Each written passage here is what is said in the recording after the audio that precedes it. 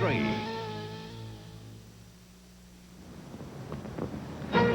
Well, these pictures tell 1,000 stories. The faces of the men who are fighting the final battles of October.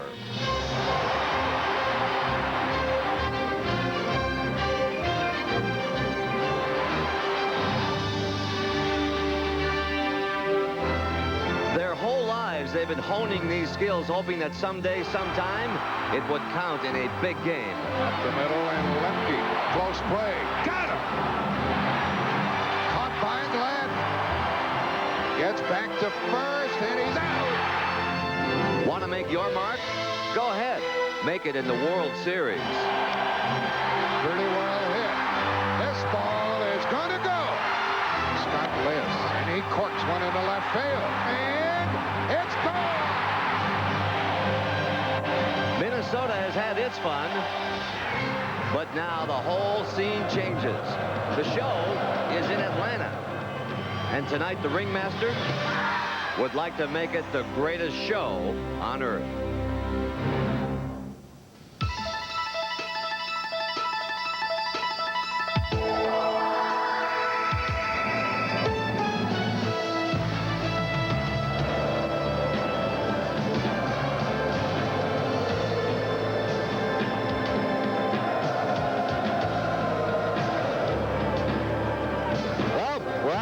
Tonight, and it's nearly a full moon over this jewel of the South, the capital of Georgia, where the Atlanta Braves are the peach of everybody's eye.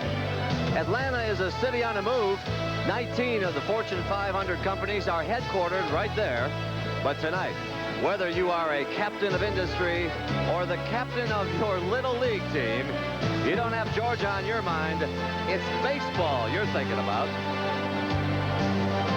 And this is where you want to be tonight.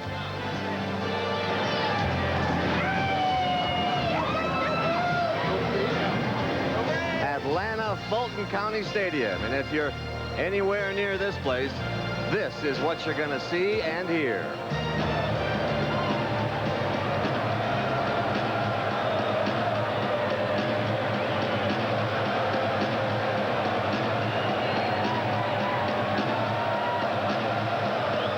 So excuse them if they seem a little carried away here, but think about what the good folks down here have been through. Not only has no professional team ever won a championship in Atlanta, the folks right after the All-Star game, all but the hardiest of fans had written this team off as yet another losing season. This exuberance, which has stirred the city, has also sparked controversy among Native Americans across this country. The Braves say they'll address that when this series is over. In the meantime, they've got another problem. A 2-game deficit to overcome. But then again, in this most improbable of seasons, maybe they had Minnesota right where they want them, at home. And so tonight, it's Game 3. The Minnesota Twins and the Atlanta Braves here on CBS. Everybody, I'm Pat O'Brien. Tommy Lasorda will be back with us tomorrow night. Welcome to Game 3 of the 88th World Series. The Minnesota Twins are halfway to the 4 victories they need, but bear in mind some of those historical precedents that make baseball such a wonderful sport to follow. Minnesota has never won a World Series game on the road. The 65 Twins were swept in Los Angeles, and the 87 Twins were swept in St. Louis. The Braves are by no means out of this one. In fact, since the Brooklyn Dodgers came back to beat the Yankees in 1955, 9 of the last 19 teams that have lost the first 2 games have bounced back to win it. And so how big is this game? Here's what some of the players told me down on the field earlier tonight. I think it's big for the Braves. You know, I think it's a big game for both teams, really, Pat. I shouldn't say that. You know, we have 2-0, and we're going to be in their park, and they're going to be Tommy Hawking, and they're going to be ready to play. So we definitely have to be on our P's and Q's and come out and try to get Erickson some runs early, and hopefully he'll hold on from there. We need to somehow deter that momentum that they have. Also, we need to build our confidence back up. You know, losing 2 games is tough, but I feel like if we get the win tonight, we'll be sitting pretty good, because then we have 2 more games here at home, and I think that'll give us a little boost. Well, we've got 2 of the brightest young pitching stars in baseball on the mound tonight, Scott Erickson of the Twins and Steve Avery of the Braves. Now, Avery arrived at the stadium earlier tonight. He got out of his van there and walked up to the door. Nerves or what? He went to the wrong door, folks. At any rate, he has matured at the perfect moment as far as the Braves are concerned. There it is. There's the door. Avery won his last 5 decisions of the regular season and then threw nothing but blanks at the Pirates in the NLCS. His opponent, Scott Erickson, is one of the 2 20-game winners in the American League this year. And because there is no designated hitter in National League parks, Erickson, of course, will bat for the first time since he was in high school out in Cupertino, California. And a while ago, he almost hit one out of this ballpark and told me he'd like to, in fact, do that. Some other lineup changes. The Twins will miss their regular DH, Chili Davis. He hit 29 regular season home runs and a blast in Game 2, but will not start. Here's that Game 2 home run. Chili Davis launches one. 2-0, Minnesota.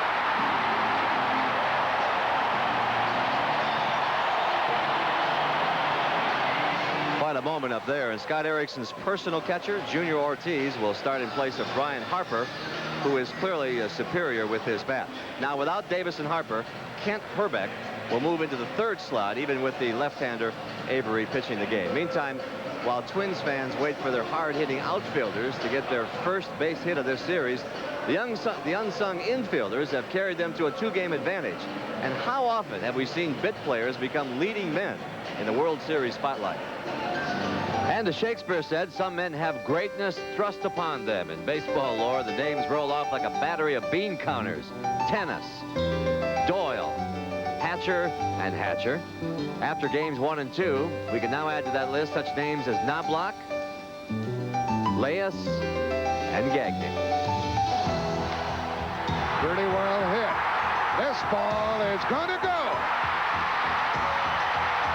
The pressure is on the big shooters, you know, the big guys, to hit the home runs and drive in the runs, and that helps us to just go up there and just to be easy, free and easy. I wouldn't say it's luck. It's just a matter of excelling, you know, at the right time, at the right moment, you know, getting that pitch, and when you get that pitch, hitting it, or if you have a chance to make a great play and making it.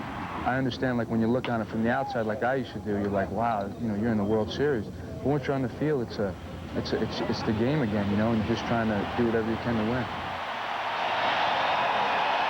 Kent Hrbek did what he had to do in that controversial play at first base that everybody is still talking about here in Atlanta. Hi, Ken. How are you? Hrbek's expressed some interest, though, in becoming a wrestler, and he showed off his moves to Ron Gant. And as we always do, we went right to an expert for some analysis of that play. Here's what our expert had to say. Based on what I saw, Kent Hrbek mastered the technique. The step over toe home. Yeah, Hrbek, I'm impressed. Through the macho man's eyes, the tag was clean, and Gant was out. So what's off base about that? Yeah. When we come back here, what were you doing when you were 21 years old? Steve Avery is pitching the biggest game of his life. I spent the past couple of days with him, and we'll have that for you straight ahead as our coverage of the 1991 World Series rolls on from Hotlanta here on CBS. Stay with us. CBS Sports coverage of Game 3 of the 1991 World Series is brought to you by Hyundai. Yes, Hyundai, makers of the Excel, Scoop, Sonata, and the brand new Elantra. And by Domino's Pizza. Call right now and you'll be enjoying a hot, delicious pizza for the game.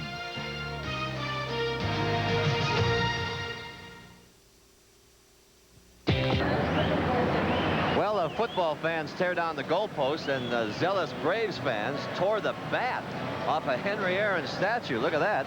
They patched it up temporarily today and had some welders out there, and it looks to me that they did a pretty good job of it. As we look at a picture of the bat there, did a nice job, I think, on that bat. As Jim Cott joins us, and we welcome him up to the setup here, we might wonder, was that, if not a bad luck omen, at the very least a metaphor for the Braves' lack of hitting in the first 2 games, Kitty?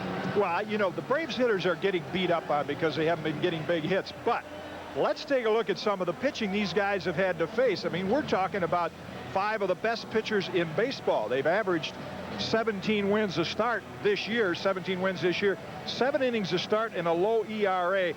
Bear in mind, there's about 250 pitchers that have started games in the big leagues this year.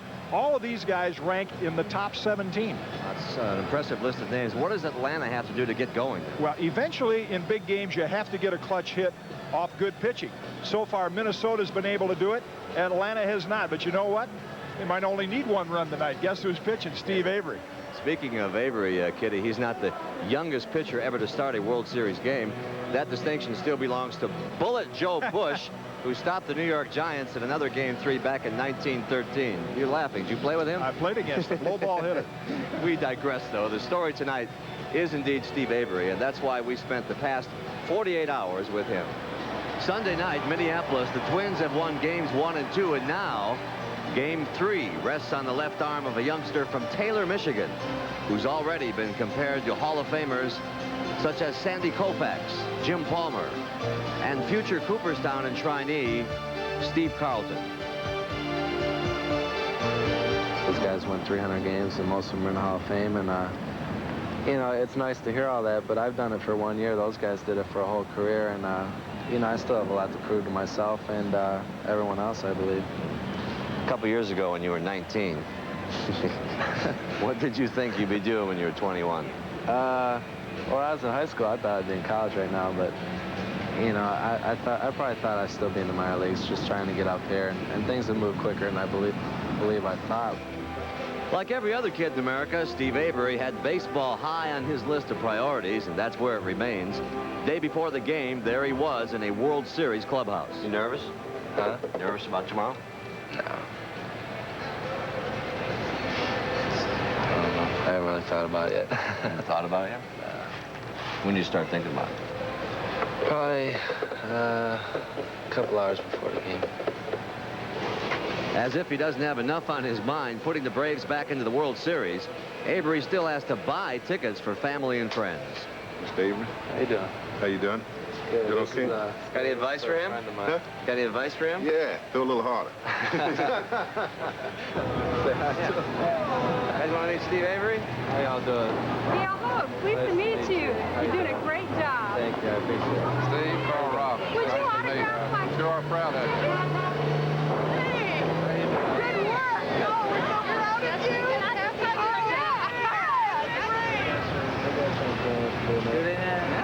Kick ass tomorrow, man. They're a scrub team, man. You know, these people are counting on you for a lot of things. That put a little pressure on you? No added pressure. You know, I'm more worried about what my teammates are counting on, and I know it's a lot more of a good feeling when you can make them guys happy. Yeah. But do you feel like you have the weight of Atlanta on your shoulders? I'm not trying to... I think we all do. You know, they're expecting a lot out of us, and you know, it'd be great if we brought it home. Game day 7:45 as Avery still sleeps. The entire state of Georgia has this 21-year-old on its mind. Steve Avery's up tonight. Yeah, Every time he gets up, he wins. they won't get no more than 2 hits off of me, probably. They probably want to get that. No runs. It's going to be long innings for us, but short for them, because he strikes them out real quick. Yeah, some good scouts there, some good old boys. Speaking of scouts, these teams have been scouting one another for quite some time. Let's take a look at the blueprint of how Kevin Tapani tried to pitch David Justice Game 2 on Sunday night. The sequence of pitches started with a changeup low and away, another changeup. You'll see they consistently keep the ball away from Justice. On the 2-2 pitch, they tried one time to come in with a fastball. Pitch coming up right now, pitch 5. And then the final pitch of the at-bat, a fly ball to left field, was a changeup again outside. That's the way you blueprint the pitch. The actual at-bat with 2 on, 2 outs Sunday night. Here's the first one. A changeup, knee-high outside corner. Now on the second pitch, watch David Justice's front shoulder and his front foot. They pull away from the plate, off the ball. What does Minnesota try to do? Keep the ball away from him. Tapani with another changeup. That misses. Now they continue to stay out there with one more changeup on the third pitch. That's wide for a ball. Here to me is the key pitch in the at-bat. Watch the break of the pitch and the swing. Down and away, swings over it. 2-2. Change of strategy. Fastball inside, misses. Full count. Another changeup away. Not in a perfect spot, but far enough away. Justice can't get the fat of the bat on it. Harmless fly ball to left. Tapani and Harper escaped the jam. I like that. That was good. Justice is 1 for 8 with men in scoring positions in the postseason. Thank you, Kitty C, during the game. All right. The protests continue here at Atlanta and across the country regarding the chopping, the chanting, and the war paint that have become such a big part of the whole Atlanta Braves scene. You will see during the game that these protests have done little, if anything, to put a stop to this. But what the American Indian movement has done is to raise consciousness and put this issue on the agenda of the Braves and Major League Baseball, both of whom have pledged to give this matter a hard look after the World Series. Back in a moment. You can feel the excitement through your screen, and I got to tell you, we are excited to bring you Game 3, and the two gentlemen who will call the game for you are Jack Buck and Tim McCarver. Good evening, gentlemen. Good evening, Pat O'Brien. Folks, everybody's in for a treat this evening with these two young pitchers going. It certainly will be an encounter. Jack, you know how on Christmas morning everybody is so overjoyed to see the kids unwrapping the Christmas packages? Well, tonight, two kids are the packages. They're going to thrill the folks that are here at the stadium and those tuned in. You know, when you talk to Tom Kelly, he said it seems like only one pitcher is pitching tonight, Steve Avery. Whereas Scott Erickson has won more games this year, better ERA, fewer home runs, more complete games, more shutouts. And Erickson is the elder statesman. I mean, Erickson, 23 years old, Steve Avery, 21 years old, and together, these two combined the youngest starters, second youngest starters in World Series history. The only pair that started a World Series game was Fernando Valenzuela against Dave Righetti back in 1981. And I think the interesting thing is to know how different these pitchers are. Erickson gets hitters out primarily with the sinker, and Steve Avery primarily with the high fastball. So maybe this is like Christmas morning here. And we'll return to Atlanta's Fulton County Stadium after this message and a word from your local station. Great moments here at Atlanta's Fulton County Stadium. A couple of the most outstanding moments took place during the past years. One in 1966 when the Braves first came to Atlanta after playing in Milwaukee. Bobby Bragan led his ball club back from spring training. And here's another big moment here in Atlanta, the first World Series game ever in this ballpark. Let's tune in the Braves public address announcer, Marshall Mann. Minnesota Twins. First, here are the coaches, trainers, and non-starters for the Twins.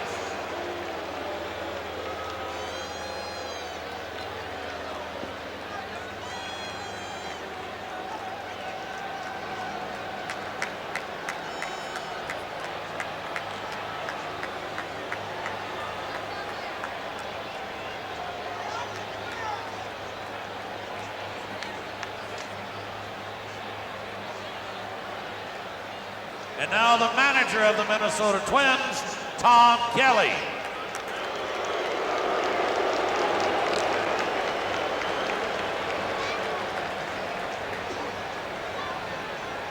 And the starting lineup. Leading off, playing left field, number 32, Dan Gladden.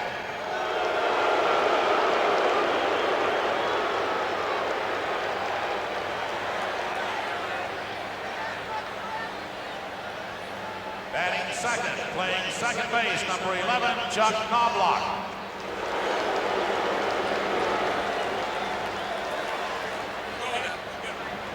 Batting third, at first base, number 14, Ken Herbeck.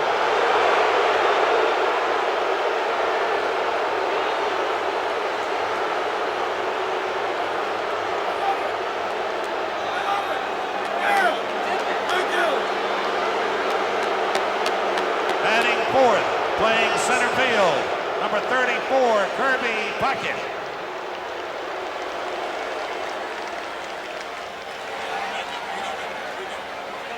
Batting fifth, playing right field, number 24, Shane Mack.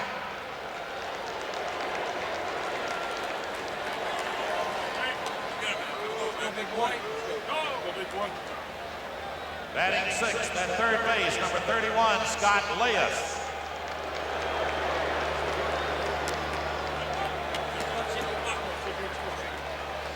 The shortstop, batting 7th, number 7, Greg Gagne.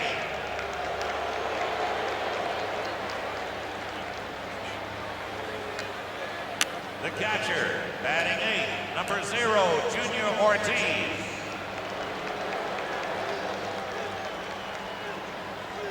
And the pitcher, batting 9th, warming up in the bullpen, number 19, Scott Erickson.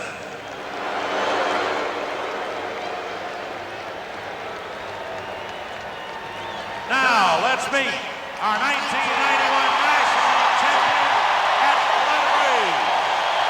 First, the coaches, trainers, and non-starters.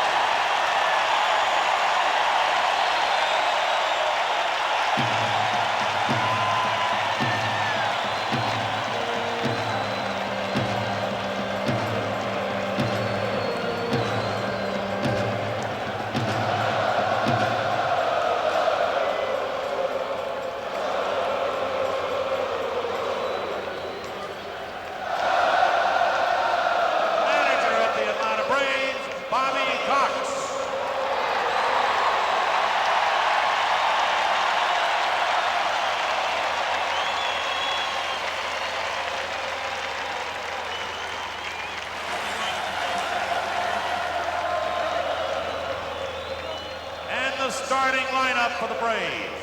Leading off, playing left field, number 27, Lonnie Smith.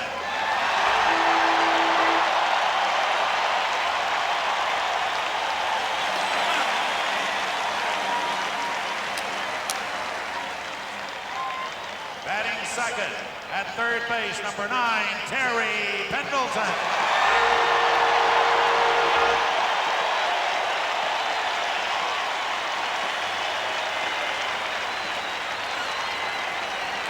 Playing center field, batting third, number 5, Ronnie Smith.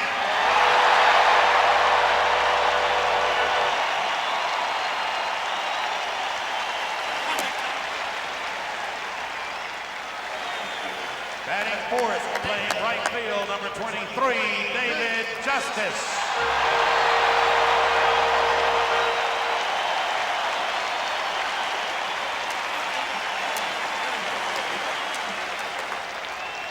Batting fifth, playing first base, number 12, Sid Breen.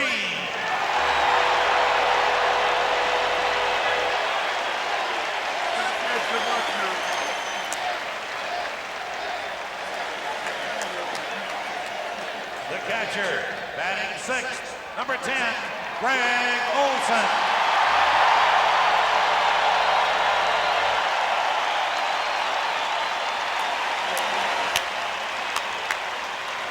Batting seventh, playing second base, number 20, Mark Lemke.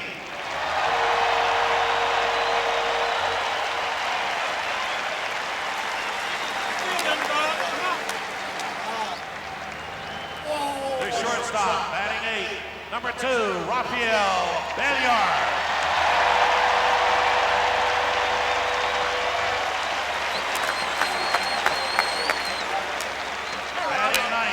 The pitcher warming up in the bullpen, number 33, Steve Avery.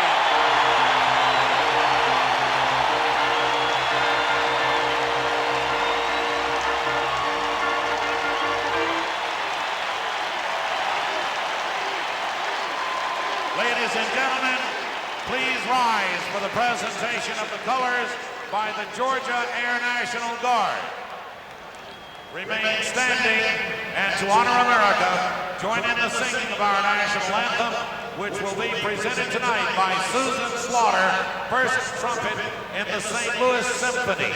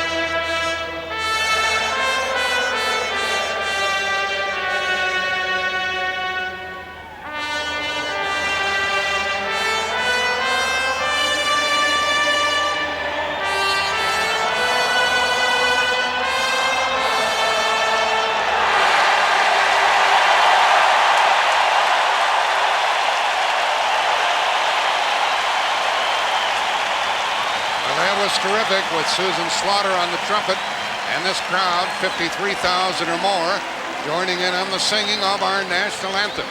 We are just moments away from the first pitch of Game 3 of the 91 series.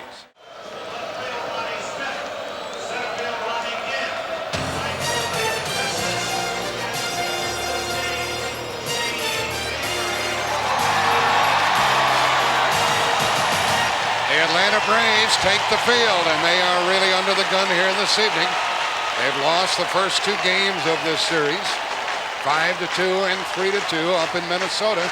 We'll play the next 2 games here for sure, and maybe the 5th game will be played here. And a day off for travel is scheduled, and the series will wind up in Minneapolis if necessary. Moments ago, one of the greatest players ever from Mobile, Alabama, the all-time home run king of baseball, Henry Aaron, bounced the ceremonial first pitch up to home plate. At least he was there in 1 hop. I think that's pretty good. He had his moment here when he broke Babe Ruth's record. Here's the starting pitcher, Steve Avery, and here we go for the Twins with Dan Gladden in left, Chuck Knobloch at second, Ken Herbeck playing first, Kirby Puckett in center, Shane Mack in right, and then it is Leas, Scott Leas, then Gagne, then Ortiz, and Scott Erickson. Steve Avery with a high fastball. That's his best pitch. His second best pitch is the circle change, and his third best pitch is his curveball. Only 21 years old, and he is remarkable. Defensively for the Braves, when Otis Nixon failed a drug test on September 16th, Lonnie Smith pressed into service in left field. Ron Gant will be the starting center fielder. David Justice in right field. Terry Pendleton, some people's MVP, will start at third. Rafael Belliard will be the shortstop. Mark Lemke at second base. Sid Bream will be the first baseman. And Greg Olson behind the plate. And of course, the big question is, can Avery do it again? He won 18 games during the regular season. Then he beat the Pirates and Zane Smith 1-0. Then he beat Pittsburgh again in Game 6, again 1-0, and he beat the formidable Doug Drabek. And now, in order for the Braves to be in any sort of a comfortable position, he's going to have to beat these Twins. And these Twins can really hack away against left-handed pitching. 291 during the year against left-handers. That led the major leagues. 291 average.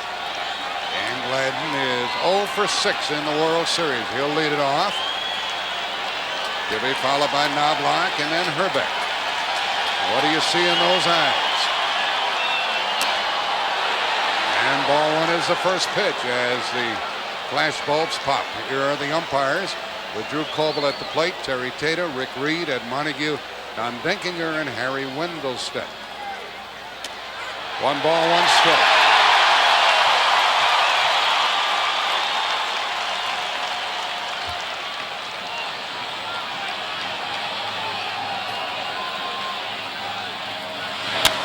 Gladden hits it into right center, and Gant's on the move, and the ball gets between them.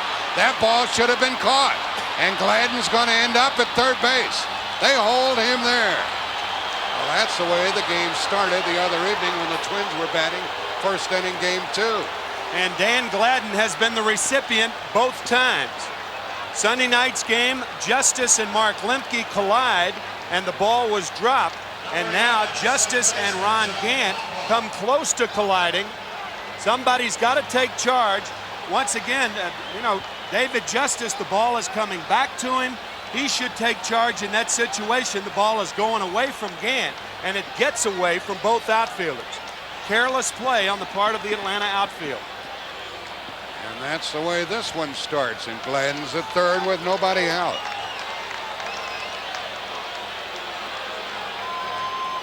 And we still await a ruling on that one. I imagine it's a 3-base hit. Here's ball 1 to Chuck Knobloch, who's 3 out of 6 in the first 2 games played. The Atlanta infield is back at second and short. They'll give up the run and a ground ball.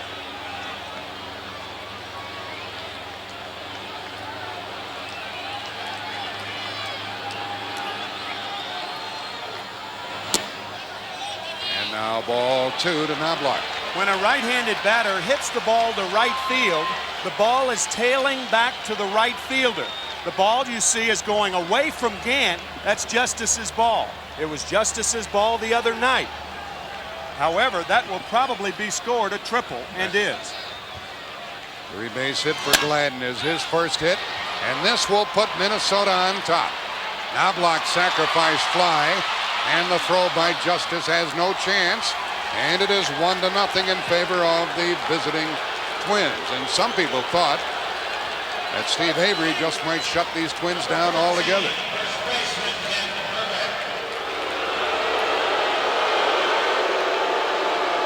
We talked about Sunday night. Dan Gladden was the batter at the Metrodome in Minnesota. Routine pop-up, shallow right, and watch what happens. You may remember it. Lemke, Justice collide. The ball hits the turf. Justice charged with an error. That kept the inning going, and then Chili Davis hit that 2-out home run. Ken Herbeck swinging strike one. Herbeck 2 for 6 against Atlanta. And a 440-foot home run thrown in there. So the Braves have spotted the Twins a run with a misplay and a sacrifice fly. This crowd is chanting cheater with Herbeck at the plate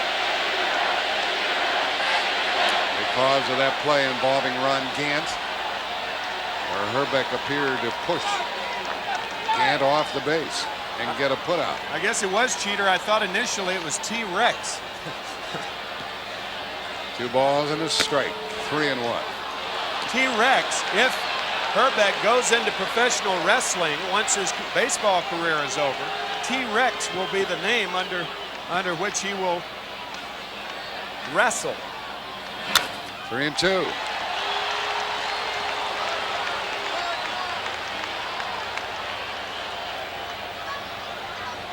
Talked about Steve Avery and that blistering fastball, and here, even with the count 3-1, the powerful Herbeck can't catch up with it.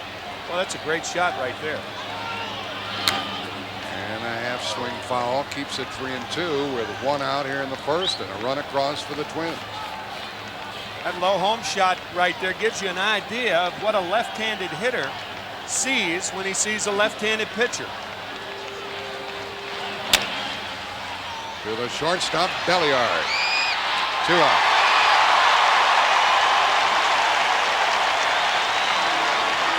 Well, there should have been a routine inning. All right, all you left-handed hitters out in the audience. 94-mile-an-hour fastball, and Herbeck takes the outside fastball to shortstop.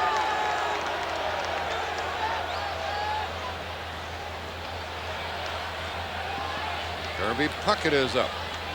The base hit by Gladden is the first hit for any of the 3 Minnesota Twin outfielders in this series. They had been 0 for 21. Puckett is 0 for 8. And a strike to him. There's Dan Gladden. He got a 3-base hit, a gift triple, and he scored a run.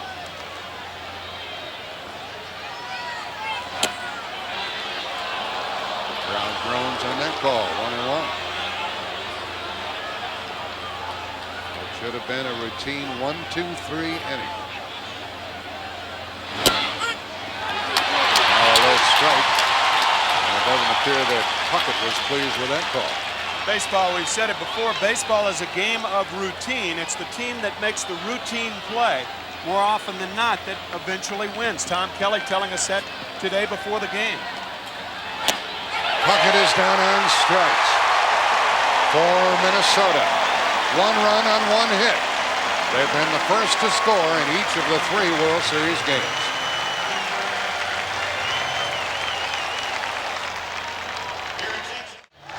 And the Twins got a run in the first. They send the 20-game winner Scott Erickson to the hill. 6'4", 225-pounder. Smith, Pendleton, and Gant. Justice, Bream, Olson. Lemke, Belliard, and Avery the lineup for the Braves.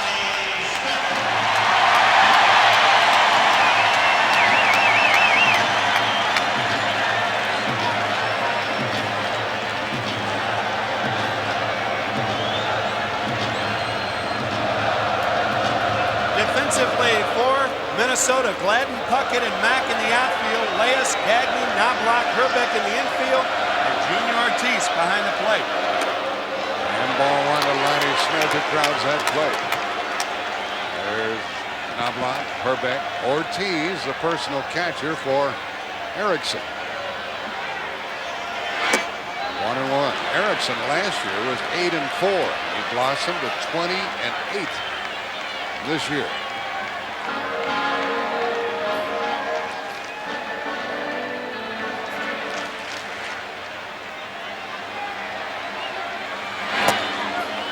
Smith held up and took ball 2. Lonnie is 0 for 6 in the series.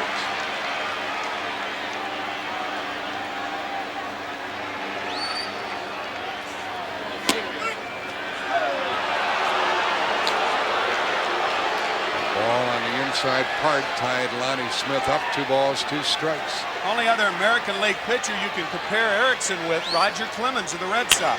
Breaking ball fouled past third. And I don't say that because of the result of his pitches, but by the way he starts his motion. With that glove right below the eyes, that's how Clemens starts. Of course, Roger a high fastball pitcher, and Erickson with that sinker. Devastating sinker, very heavy and tough to pull. A lot of ground balls tonight off Erickson. 3-2. I don't care who you are, how tight you pitch the batter, how hard you throw, you don't chase Lonnie Smith off the plate. He struck him out, caught the outside corner, and Smith is gone, and he's 0 for 7. The movement of an Erickson fastball. Watch how it starts outside and comes back to catch the outside corner.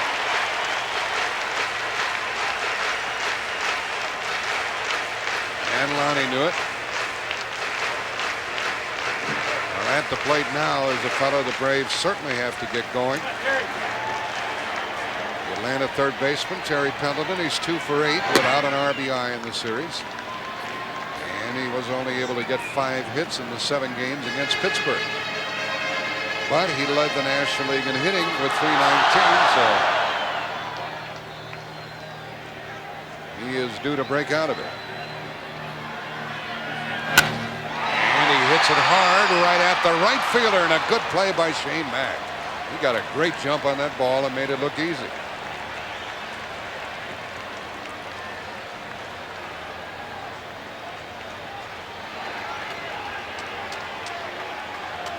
You notice the socks of Scott Erickson? There are none of those white sanitaries under those black socks of Erickson. He is quite superstitious. No sanitary showing. Kevin Tapani, the delightfully wry right-hander who won Sunday night's game, calls him the day that he pitches, the day of death. He's a good one in his first pitch in for a strike to Ron Gant. Gant is 4 out of 8. And these Braves playing their first World Series game ever at home in Atlanta.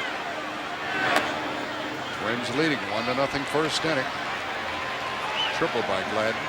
Sacrifice fly by Knobloch.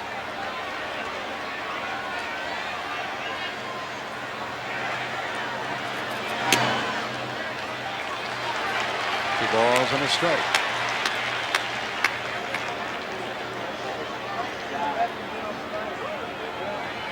Braves not hitting much aside from their 10-run outburst and then 1 game against Pittsburgh. They're about 2 runs a game. Deep short. Can Gagne throw him out? Terrific, and the inning is over. Great play by the Minnesota shortstop, and after 1, the Twins lead it 1-0.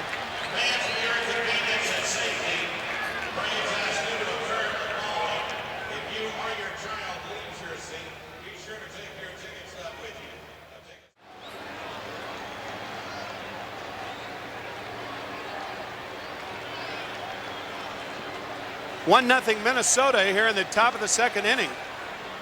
When a hitter is ahead in the count, he's more apt to pull the ball. You could see Gagne cheating a half a step at shortstop and made what would have been a tough play an easy play. And Shane Mack is first up against Steve Avery. 2nd inning, foul ball. 1-0 Twins.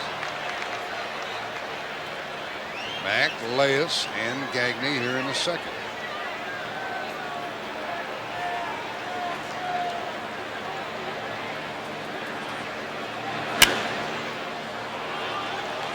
Mack is 0 for 7. He's up there hacking. Good play by that youngster down on the left field corner.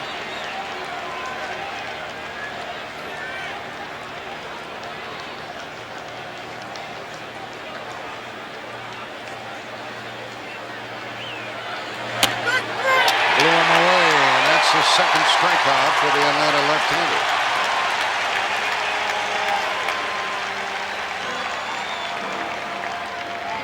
Shows you that pop that Steve Avery has inside.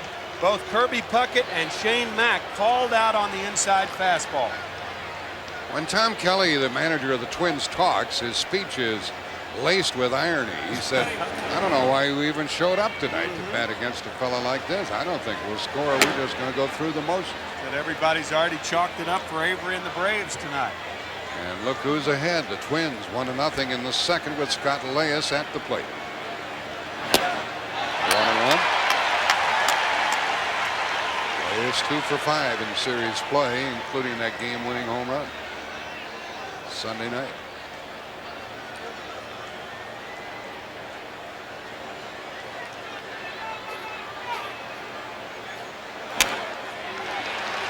One and two. This is a hitter's ballpark. The ball really flies here. It's 330 down the line and left. 385 in the power alleys, 402 to dead center, and a 10-foot wall. Very light air. And a completely circular stadium, and the ball really jumps. 2-2. Tom Kelly was talking about the fact that even some of his pitchers hit it out yesterday in BP. Scott Erickson and Jack Morris. He even said that Al Newman hit a home run in batting practice yesterday. He doesn't hit many. I don't know why we're even bothering to play tonight, he said. He's a fun guy to visit with. There's another strikeout for Avery. That's 3, and he was retired 5 in a row.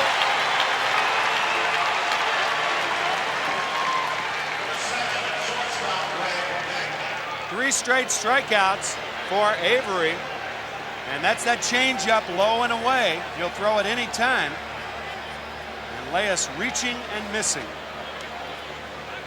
You're right about that, Tim. 3 and 2 doesn't matter to him. No. If he feels like throwing it, he does. Here's Greg Gagne.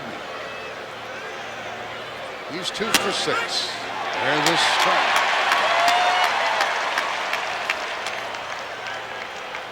Gagne with a 3-run homer in game 1. He had laid on that one. Strike 2. Avery is airing it out. Well, that's the problem for a right-handed batter. You're behind the fastball and in front of the changeup. He's got you going 2 ways.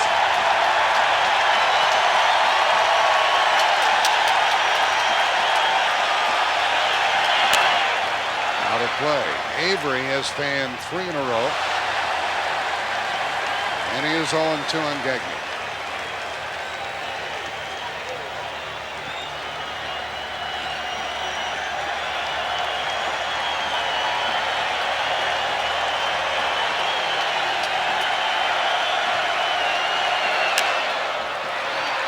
Out of room in foul territory, and it's called for by Olsen.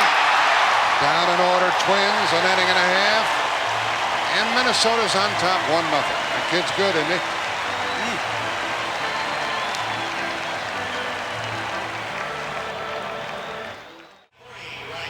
The Twins lead it 1-0 with a tainted run in the first. There's Steve Avery in the middle there. John Smoltz is going to be the hurler for the Atlanta Braves tomorrow evening. And earlier this evening, Tom Glavine warmed up, and it's been announced by his manager Bobby Cox that he will work game 5 if there is game 5. And then if it goes 7, then it will be Avery on Saturday night and Smoltz on Sunday night. Meanwhile, these Twins are staying with a 3-man rotation. Morris, Tapani, and Erickson to Justice and a strike.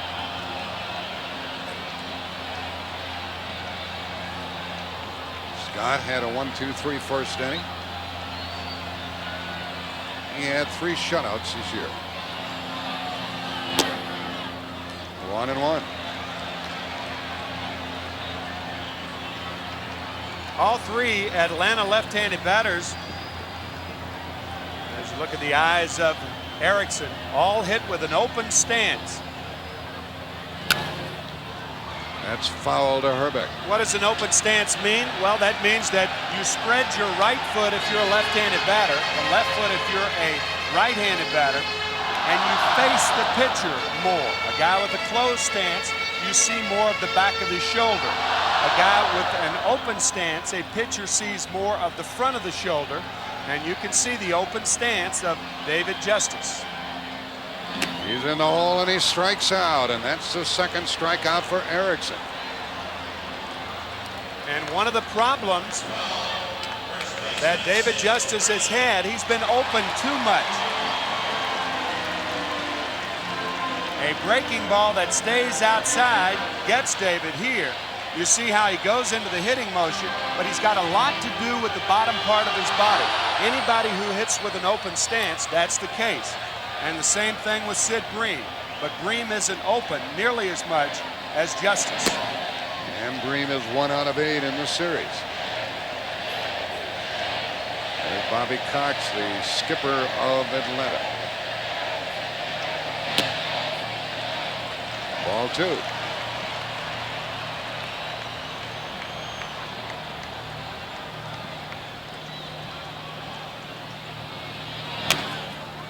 Foul past third base. 2-1. This pitcher, Erickson, will give his share of walks. He struck out 108, but he walked 71.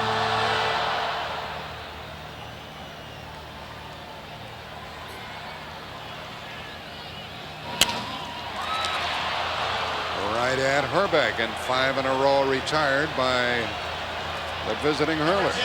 Sid Bream, a good low ball hitter, and he hits a low sinker. And Herbeck is there.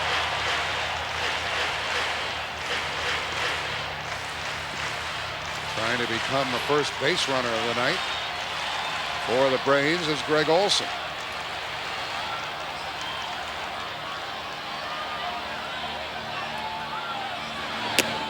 Ball 1. Olson 2 for 7 the first 2 games.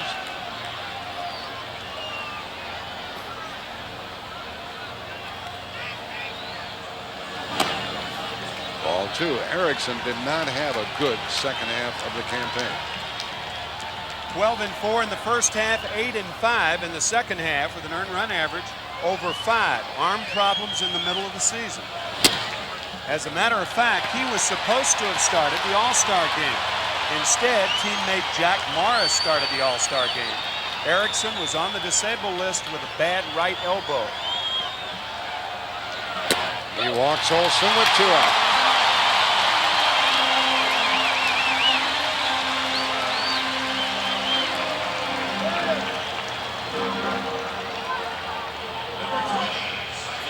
Olson at first, 2 gone, will be held by Herbeck. Back to Rallis coaching there. When you get down to the tail end of the Atlanta batting order, these players, Lemke and then Belliard, are in there primarily for defense. So they don't pack much of a wallet. And there's a strike. Especially against right-handed pitching, because of course Belliard is a right-handed batter, and Lemke hit .219 this year from the left side, over .250 from the right side. So against right-handers, their bottom part of the order is indeed weak. Hit that ball twice. Foul. Strike 2.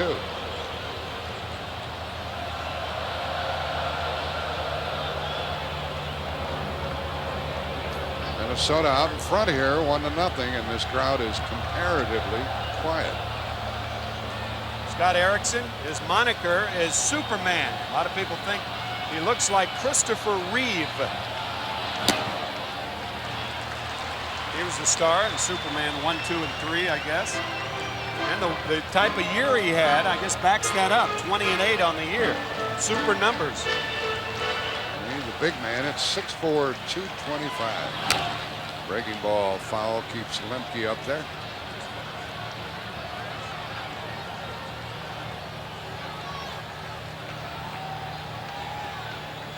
You folks at home think he looks like Christopher Reeve? Well, a little bit, yeah.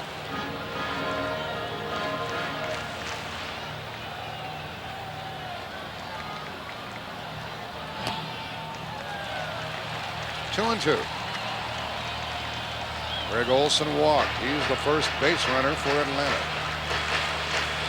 Bottom of the second, 2 out.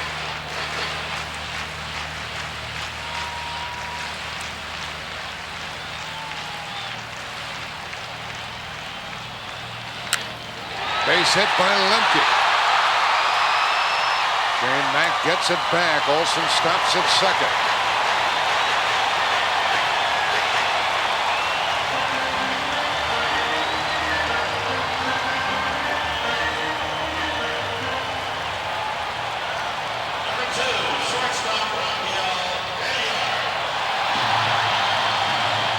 Will be very, very shallow for Rafael Belliard. Actually, Puckett is too deep right now.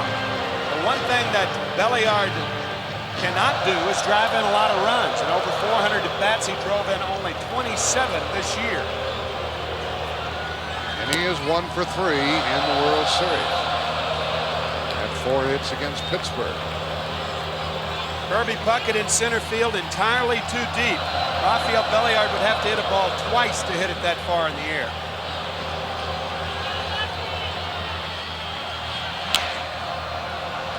Fouled off the breaking pitch, and that's strike 2. Well, he had Lemke 2 strikes, ran it to 2 and 2, and Mark got a hit.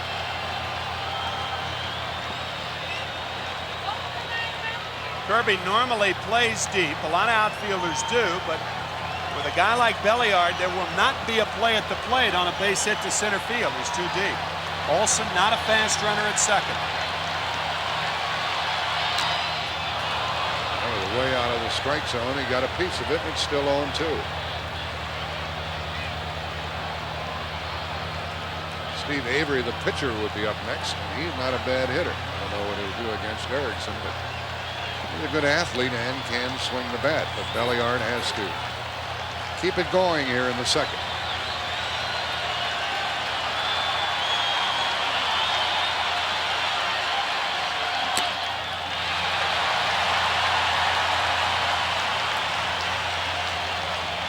One ball, 2 strikes.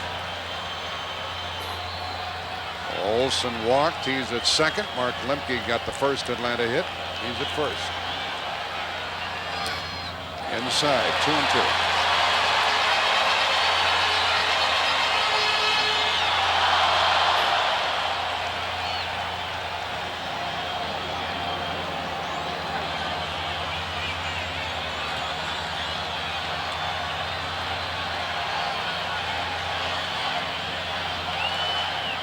Breaking ball, base hit.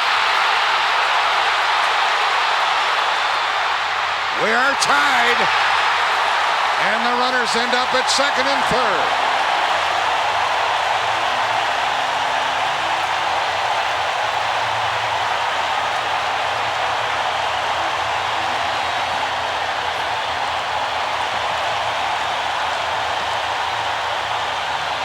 What did I say about the bottom of the order for Atlanta?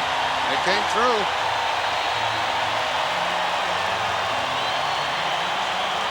With 2 outs, Olson walks, Lemke singles, and now Belliard's turn.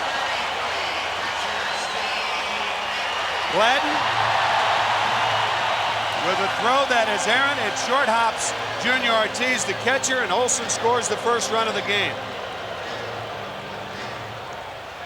So it's second and third, and Avery could help his own cause. Strike 1 to him. All of this happened with 2 out.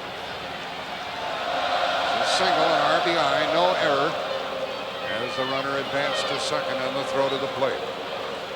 1-1 game. To the second baseman. And Knobloch throws him out, and the inning is over. 1 run, 2 hits, 2 left. He's the hero for the moment. The little guys keep coming through. Let's check on the fondest World Series memory of Furman Bisher of the Atlanta Constitution. the one that sticks with me the most is 1947. Bill Bivens had a no-hit game going. I forget what game it was in the series. 2 men out in the 9th inning, and the first no-hitter in the history of the World Series. And he never got the last out.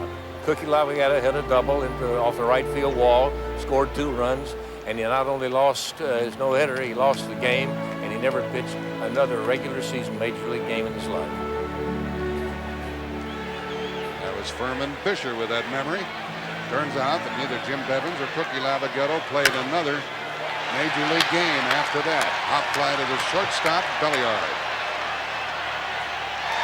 1 gone as Ortiz jumped on the first one, and that's 7 in a row retired by the Atlanta pitcher.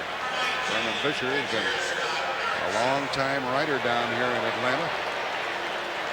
Was he down here when you were playing, Tim, in the minor leagues? 1962. I played for the Atlanta Crackers, Ponce de Leon Park. The pitcher is up, Erickson. Let's see what he can do. There's one out. How would you like for your first professional at-bat to be in the World Series? Well, that's the case with Scott Erickson.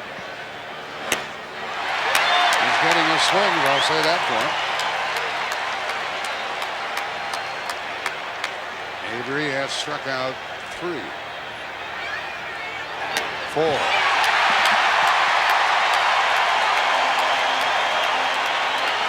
We asked Scott Erickson about hitting.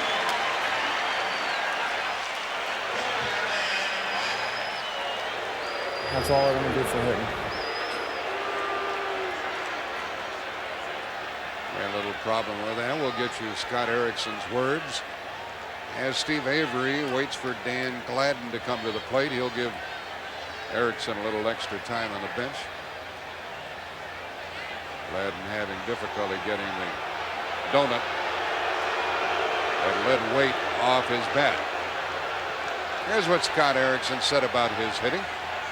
And try not to get hit by the ball, and hopefully if the runners on, I'll have to bunt. That's all I want to do for hitting. Try not to get hit by the ball. It's a simple approach. He didn't. He struck out. The 4th strikeout victim for Avery, who was retired 8 in a row and deals with Gladden, who tripled and scored in the 1st.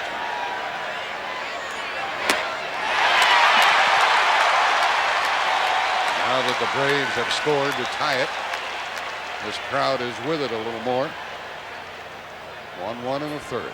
Like Minnesota, the Atlanta Braves need the crowd in the game. I mean, they've lost 2 World Series games up there, and if they lose tonight, they'll be down 3-zip. Gladden hits one foul. And no team in Major League history has ever come back from a 3-0 deficit. That's how important this game is tonight for the Braves. The best of 7 series since 1905 to 1954. 20 teams were down 0-2, but none came back to win the series. The twist on that is since 1955, 9 teams that were down 0-2 have come back out of 19. 19 teams were down 0-2, and 9 came back. So in recent history, it's certainly proven that it is not that great a feat to come back when you're down 0-2. 0-3 is a different deal. That's a whole new ballgame when you're 0-3. Gladden becomes the 5th strikeout victim. 9 in a row retired by Avery. Will return to Atlanta Fulton County Stadium after this message and a word from your local station. Tied at 1, go to the bottom of the 3rd. The Minnesota Twins have only played 1 series in a month on natural grass.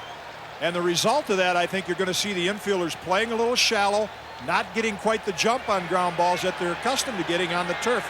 And you see right there Scott Leyes losing his footing for just an instant and playing very close to the bag. And a good time for us to point out, Tim, how fast this grass infield is. Bobby Cox says it's faster than artificial surface. And of course you have the added ingredient of the Atlanta Falcons playing on this field. But it is in very, very good shape since last Sunday the Falcons were forced to move their game to San Francisco. Ronnie Smith is up, and he's in the hole 1-2. He was caught on in strikes his first time. This is the top of the order. Smith, Pendleton, and Gant.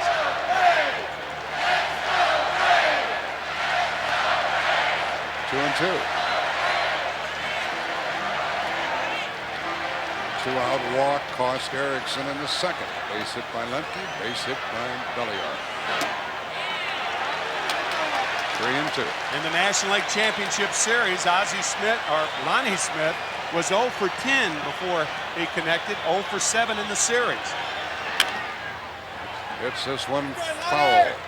The aerial shots this evening from the Spirit of Akron, brought to you by Goodyear Tires and your local Goodyear retailer. Tonight's pilot is Captain Pat Henry from Parsons, West Virginia.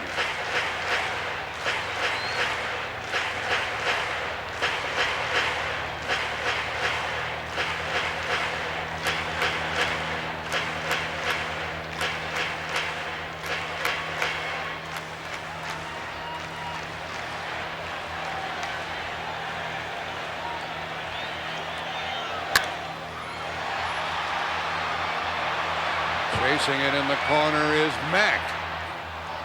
And he made an excellent play. Shane Mack got over there in a hurry and takes the bat out of the hands of Lonnie Smith. Shane Mack says that if he were not a professional baseball player, he'd go back to college and major in real estate, and he covers a lot here.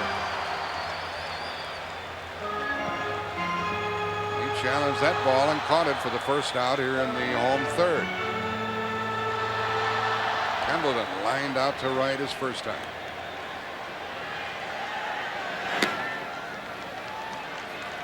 Barry Pendleton spraining his left knee the other night on that slide in the 8th inning up at the Metrodome. He will have that knee operated on. He's had treatment, so he will be slow of foot this evening and throughout the rest of the series.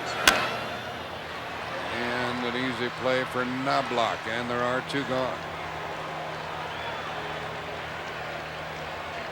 Is that the Rookie of the Year in the American League? Take another look at the injury. If you'll remember the other night in the 8th inning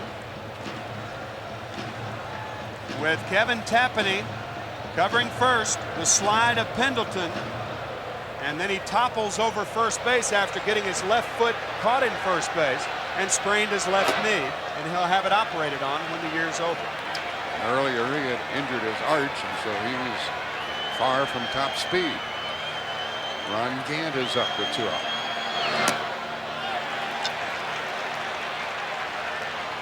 Gant grounded to short his first time.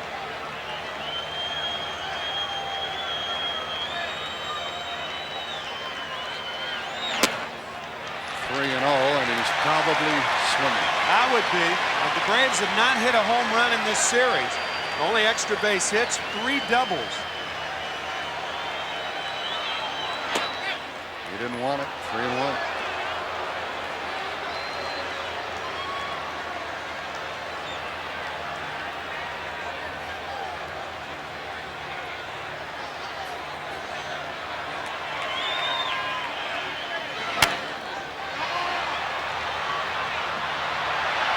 Right fielder Mack has it, and down in order go the Braves in the third.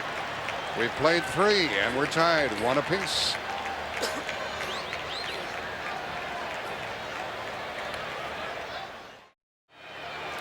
Fourth inning, and Knobloch leads it off.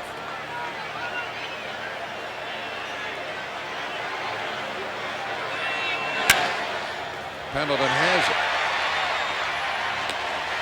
10 in a row by the Atlanta left-hander.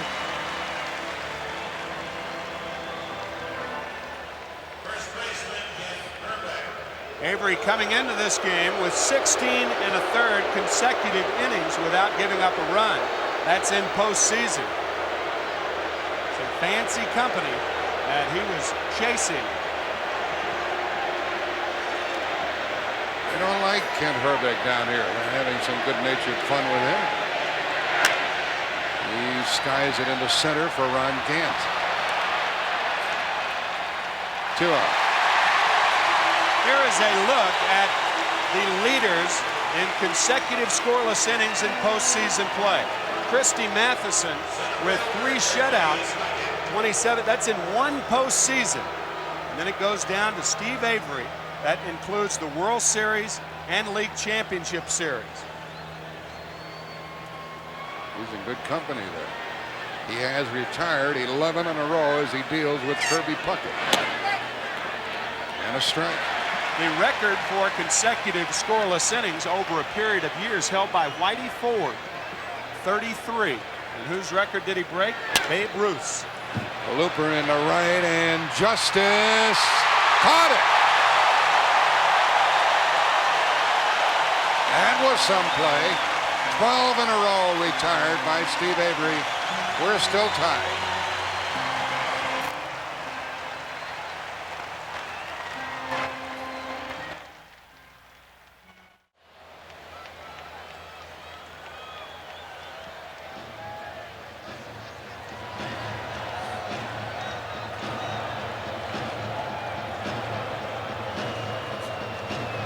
Hitting affair as these pitchers hold fourth, 1-1, bottom of the fourth, and David Justice made that fine play to end the top half of the inning, leads it up.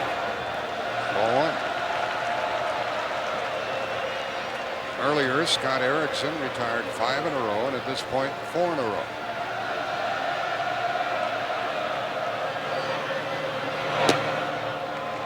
Ball 2 to Justice, who fanned his first time. Braves aren't scoring many runs.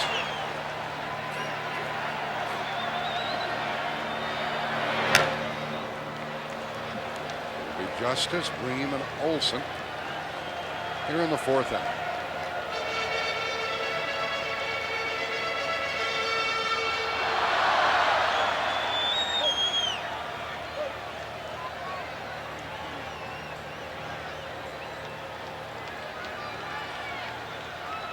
Left-handed batters hit .295 against Erickson over the season.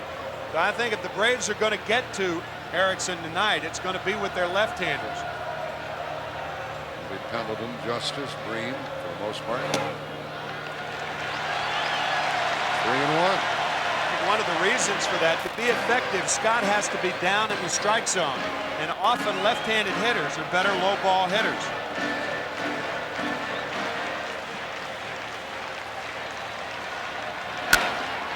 Hit it good.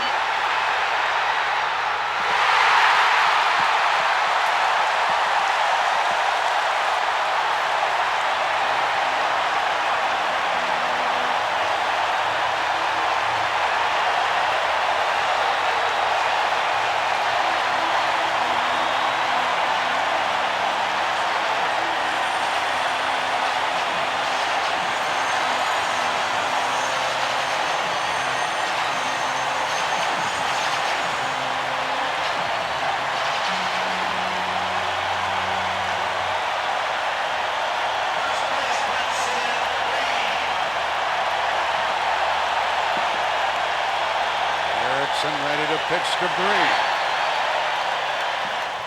And a foul. This crowd didn't quiet down until Justice came out and took a bow.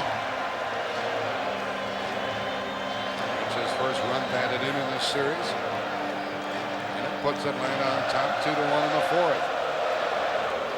It brings the crowd to life.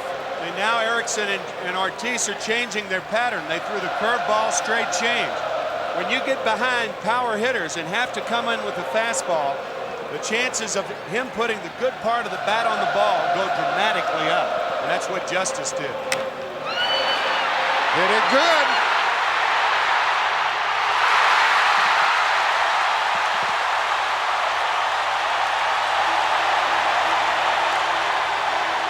Nobody out.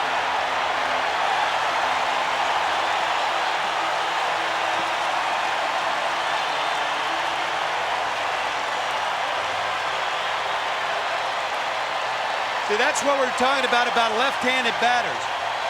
In order to be successful, Erickson throws it into that zone, and with the count 3-1, that's just a free swing right there. That ball a tracer to right field. It cleared the fence about 1.5 feet.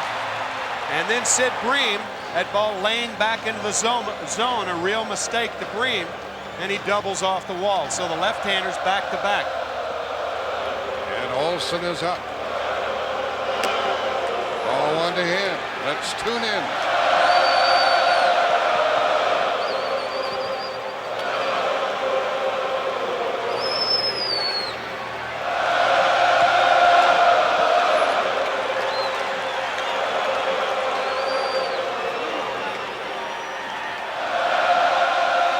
David West starts to crank it up for the Twins. Olsen to deep short. And he got him. And Breen had to stay at second.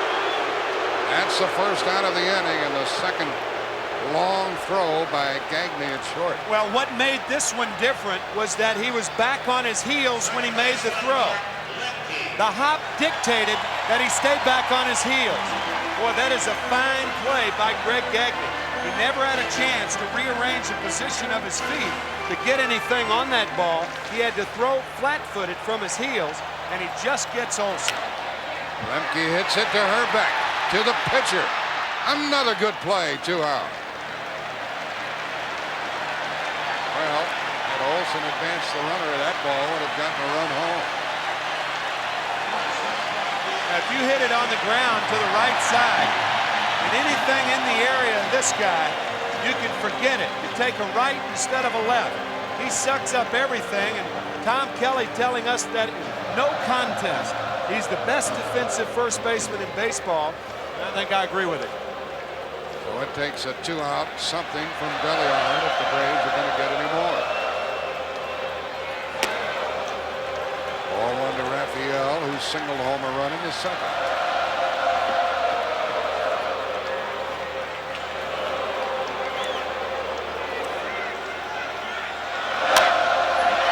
To the second baseman, Knobloch, and that ends the inning. 3 good plays by the Twins on defense. Home run and a double, and 1 left for Atlanta. They've left 3. But after 4, Atlanta's on top, 2-1.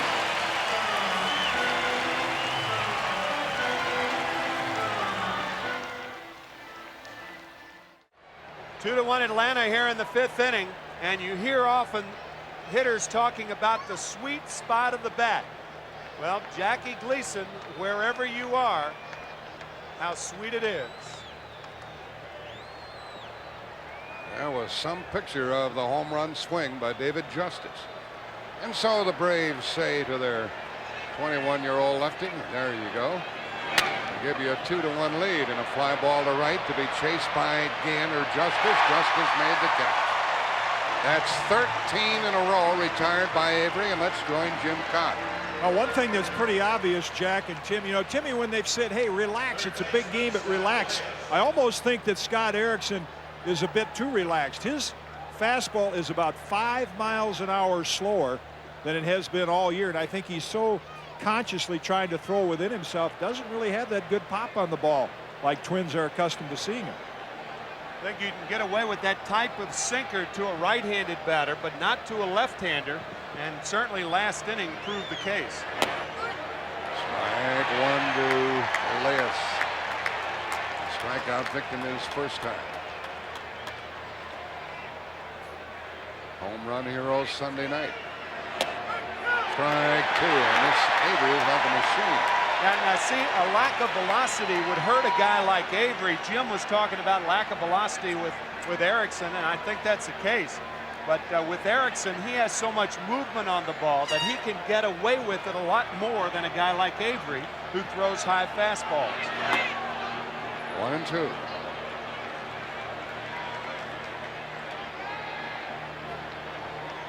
The only runner the Twins have had was on that tainted triple by Gladden to start the game.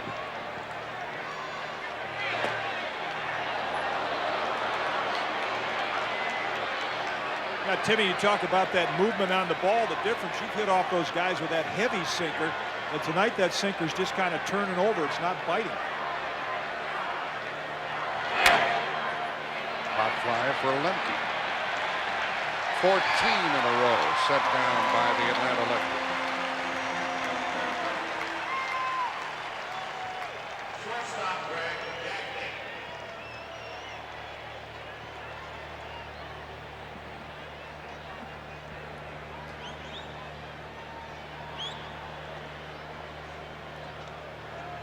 Avery winning 1-0 and 1-0.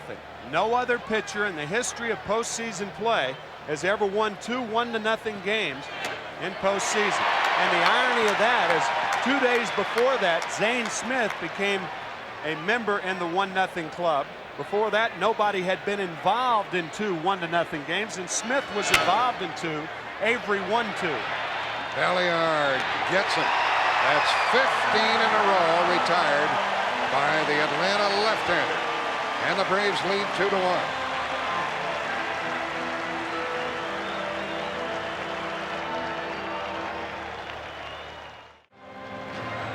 Two-out RBI by Belliard in the second. Home run by Justice in the fourth. And we are into the bottom of the fifth. And Mr. Atlanta leads it off. Avery had 17 hits during the season. Rounded out his first time up this evening.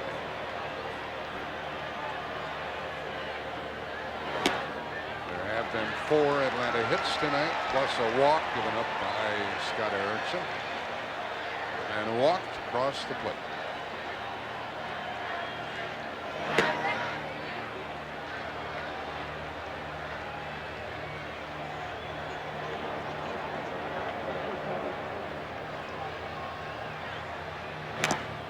Two and two.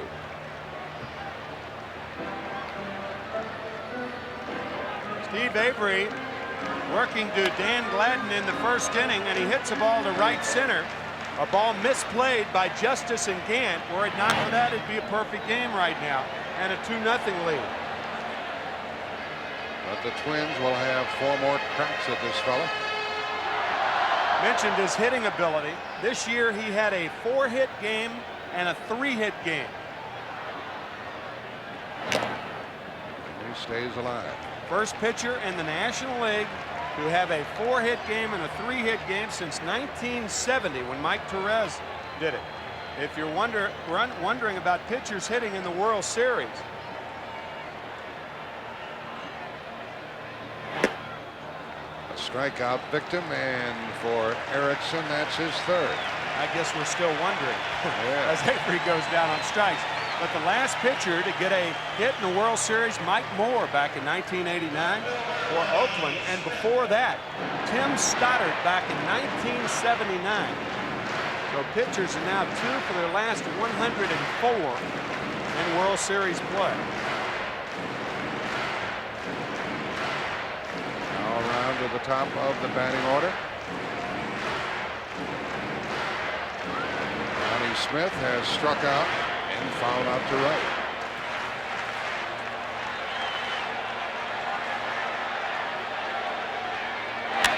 Foul ball. They are not using the designated hitter here in the National League ballpark. If we go back to Minnesota, they'll again use the DH.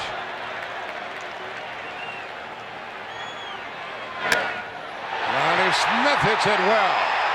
There's another run for Atlanta.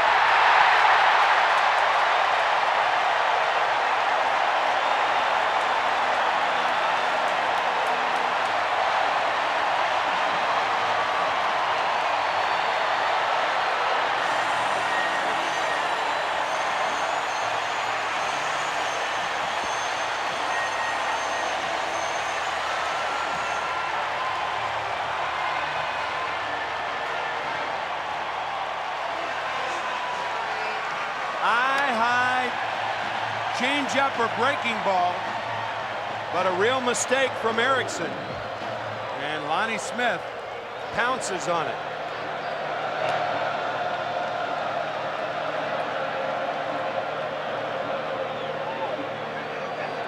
High changeup. First postseason home run in Lonnie Smith's career. And this is his 48th game in postseason play. And his 4th World Series with 4 different clubs. 2 balls and a strike to Pendleton. 3-1 Atlanta. Ronnie Smith. It's the 2nd home run of the night. During the season, Erickson allowed only 13 home runs. And only 5 to right-handed batters. He does not appear to be sharp tonight. Pendleton walks. one-out walk is the second issued by the Minnesota hurler.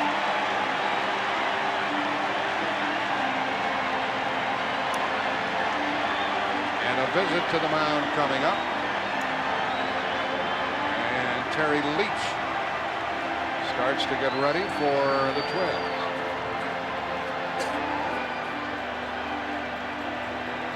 Big Such comes out there to chat with his young hurler.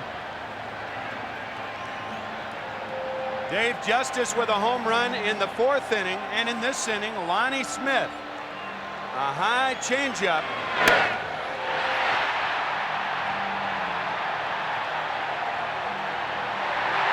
And a World Series souvenir. Erickson stays in.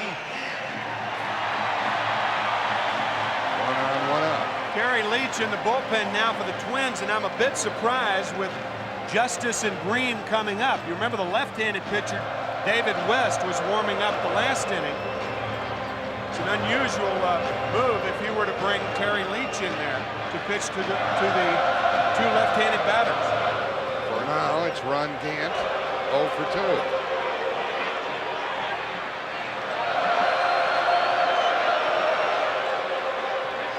They've got the Ugus down here again.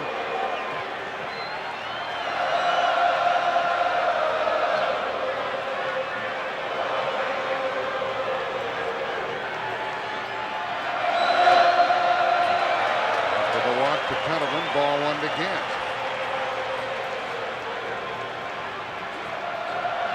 Erickson pitched 4 innings in the only start he had against Toronto.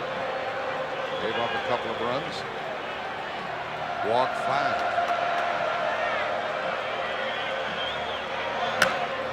That ball popped up by Gant for an apparent second out as Knobloch has it.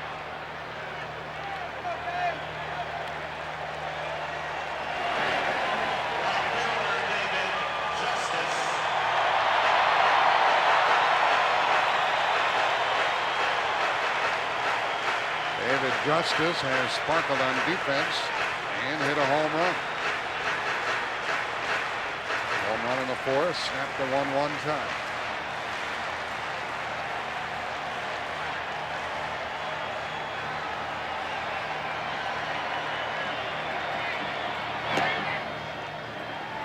Ordinarily, Pendleton would be a fair threat to steal a base, but with that bad arch and that bad knee, why, he won't be going anywhere, particularly with Justice up there.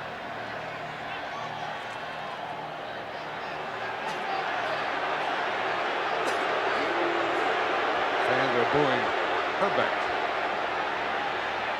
They think he should knock him off the base.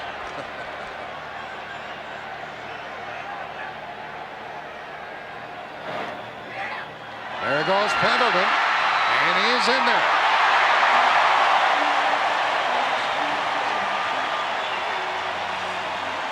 Talking to Tom Kelly before the game tonight, he said that nobody can teach instincts. He said if you don't have instincts, you can't be taught instinctively how to run the bases. And Terry Pendleton right here, off as soon as the ball hits in the dirt. He didn't hesitate. He just takes off and makes it easily. Fine base running by Pendleton. So that's a wild pitch. Now 2 balls and a strike to David Justice.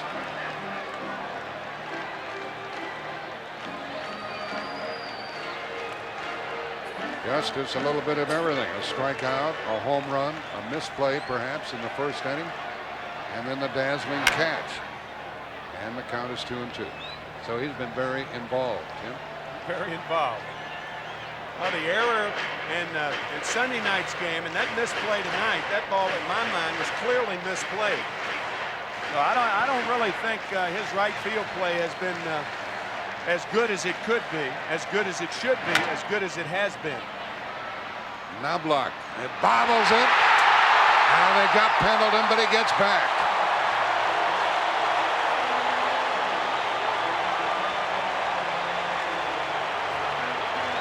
And that'll be the first error of the game.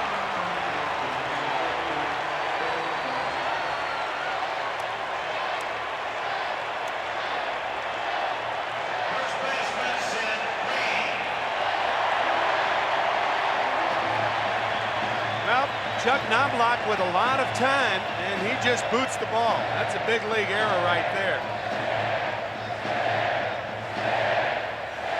And Sid Bream will try to cash in on a walk and an error. But here comes Tom Kelly, the manager of the Twins.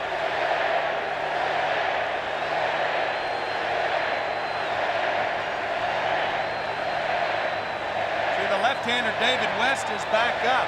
Tom Kelly has to make a move, and one would think that he'll go to West to try to pitch to Sid Bream for the one out. We'll see. That's right. He wants the left-hander David West.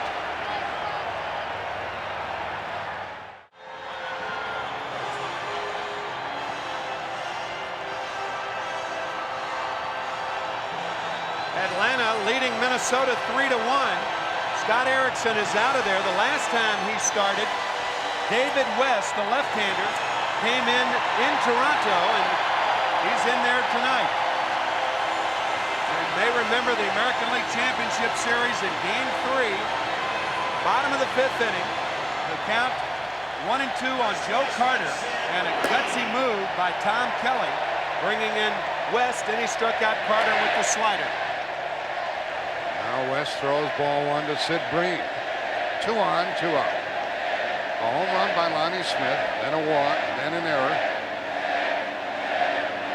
And ball 2 to Bream.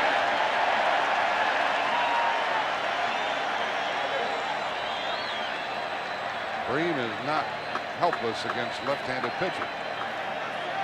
With an everyday first baseman there for the Pirates. Ball 3.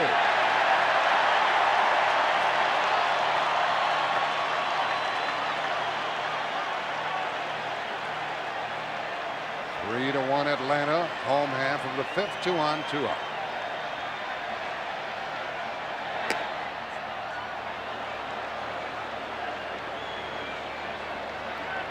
Barry Pendleton is the runner at third base, and across the way David Justice with 2 out.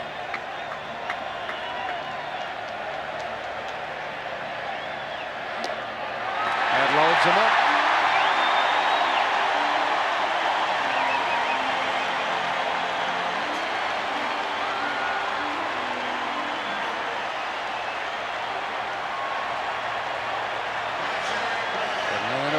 Two-out chance to get very comfortable in this game. Greg Olson has walked and scored and grounded out. Matter of fact, the home run by David Justice, the first lead that the Braves have had in this series.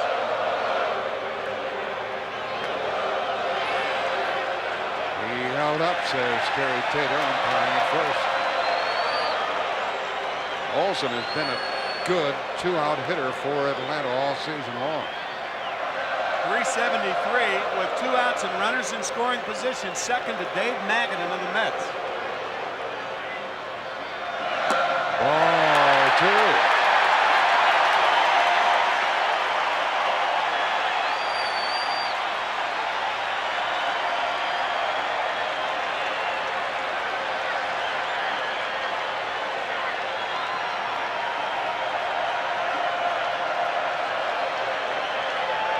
In case you're wondering, folks, on 2-0, he's swinging. At the knees with a borderline call.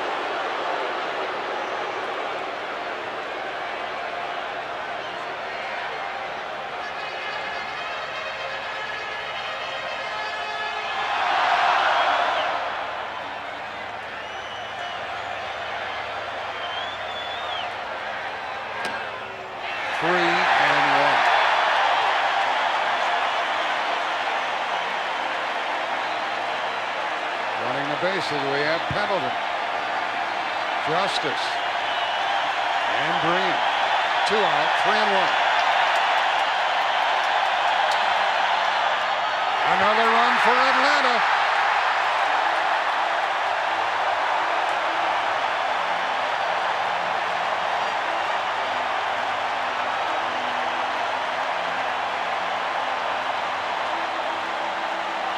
Ball 4 brings home a run and brings out Tom Kelly. And we're we're going to get our third Minnesota pitcher. It'll be Terry Leach.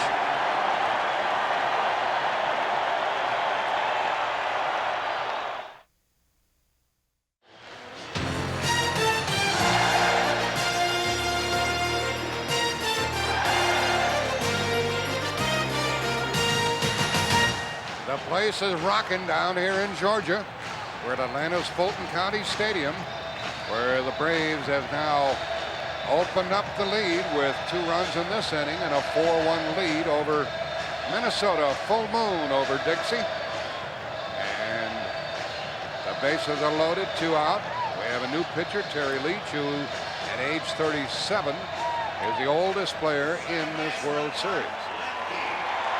Terry throws a sinker. There is no way for him to throw any kind of breaking ball that goes down with his delivery. And speaking of deliveries, what a terrific delivery by Steve Avery. But you will see the submarining fashion of Terry Leach. He throws from down under.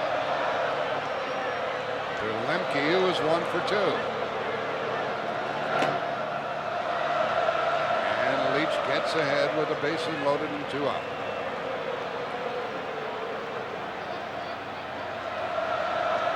Error prolonged this inning. Atlanta cashed in, getting their 4th run. Strike 2 to the second baseman.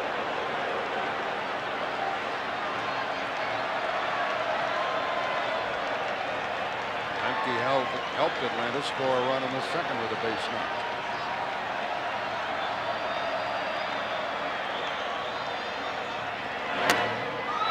Ball slicing foul and out of play.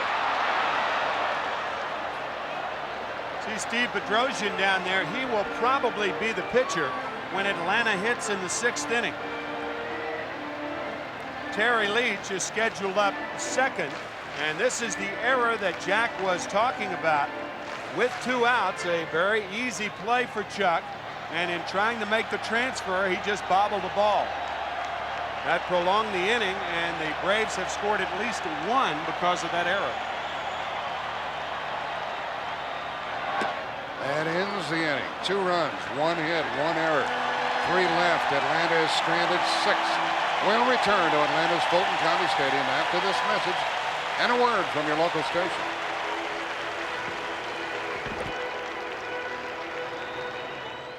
4-1 Atlanta, and you have another look and the last look at the submarining style of Terry Leach to get Mark Lemke and keep the Twins in this game. Tim said the last look because they're going to lift him for a pinch hitter in this inning after Junior Ortiz leads it off. He popped out his first time, and he told us he might go deep this evening.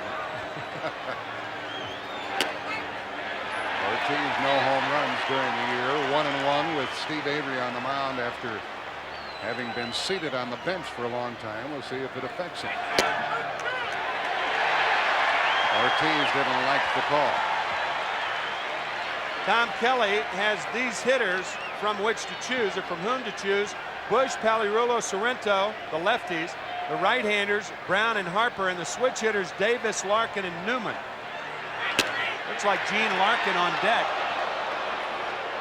With the Twins carrying only 9 pitchers, they do have quite an assortment of hitters from which to choose. Ortiz corks it up the middle for a hit. And that is only the 2nd runner of the night for the Twins, and a leadoff single after 15 in a row had been retired in order.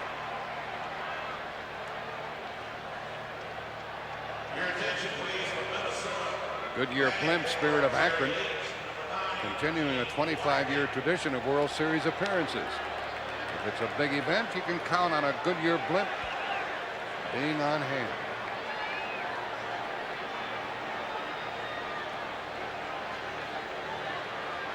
And we do have a pinch hitter. It is Gene Larkin. Batting for Leach. All 4 Atlanta runs charged to the starter, Scott Erickson.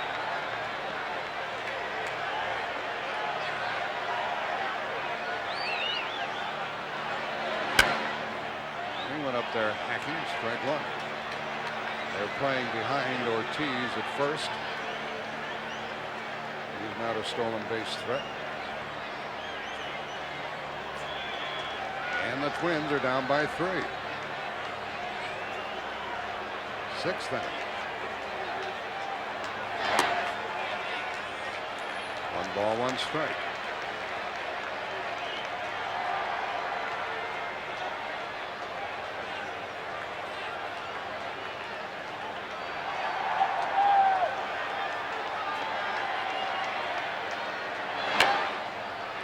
Now Avery ahead on the count. See Tom Kelly sprinkle a lot of at-bats with his middle men, his middle hitters. Guys like Gene Larkin, 255 at-bats this year, a 286 hitter. And he keeps all 25 guys on his roster ready for situations like this. Keeps them ready and happy. Larkin hits it foul back here and stays up with a 1-2 count.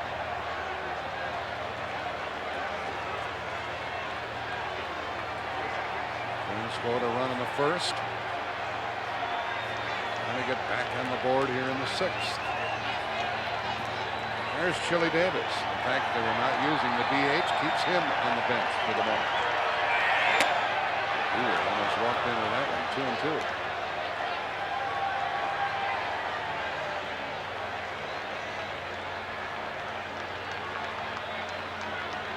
Can this fellow continue to do it?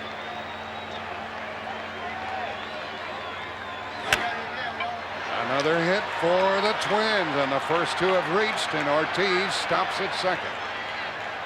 And Ronnie Smith did a good job of getting to it.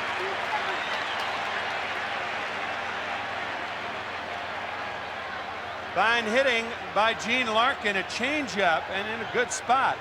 And as Jack said, Lonnie Smith hurrying over to get in front of this ball and hold Ortiz to second base.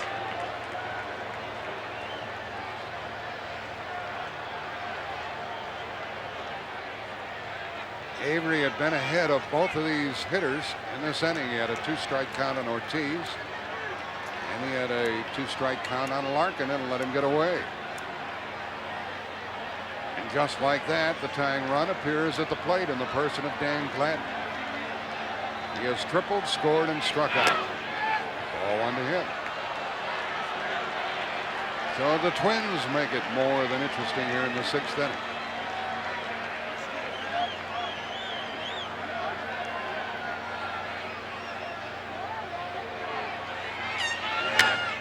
A well hit ball by Gladden, and Lonnie Smith tracks it to the track and makes the catch. Runner tags at second and advances to third. First and third, 1 out. Larkin stayed at first, and Gladden didn't miss by much.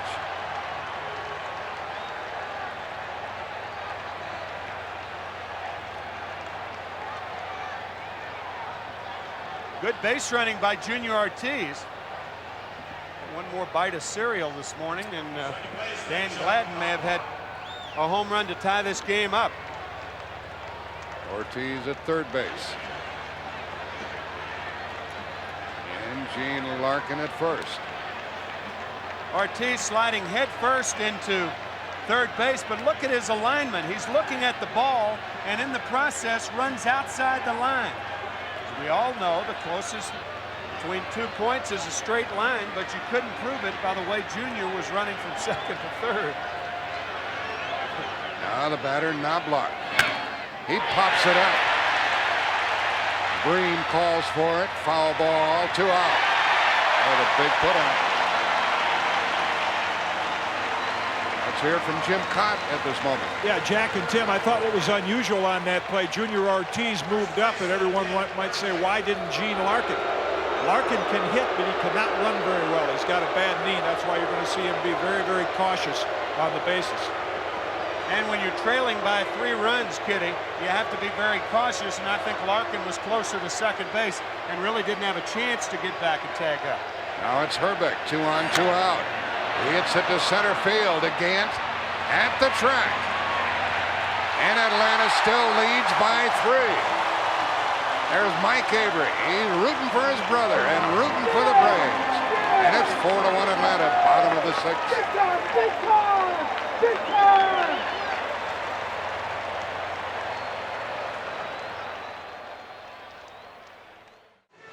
Four to one, bottom of the 6th inning. Atlanta on top. You saw Dan Gladden come close to hitting one out.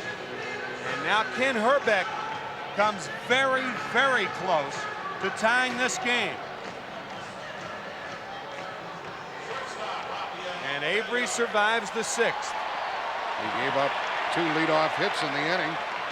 But the Twins strand their first 2 runners, and Steve Bedrosian is the 4th hurler of the night for the visitors. And ball 1 to Belliard leading off. Atlanta's had only 4 hits. They've scored 4 times. They've hit their first 2 home runs of the series.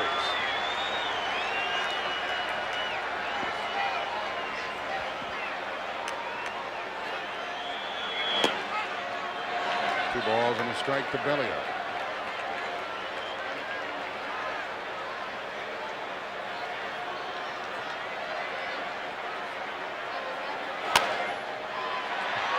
Gagney's made a couple of good plays, and there's another. Boy, he can pick it. You know, something interesting, after Herbeck hit that ball and Avery was pounding the glove on his right leg, watch Herbeck's eyes. This is after Avery had said something, and it could have been that Herbeck thought he was talking to him, but you could see him flashing those eyes to Avery. No big deal, but a lot of times pitchers get emotional and hitters think they're talking to them. Avery is up, and he's 0 for 2. Ball 1 from Bedrosian. He's no stranger to this park.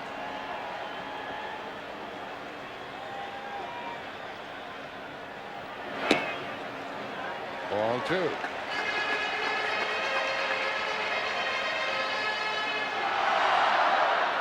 Minnesota bullpen continues to do the job. All 4 runs charged to the starter, Scott Erickson. Although David West did force Homerun.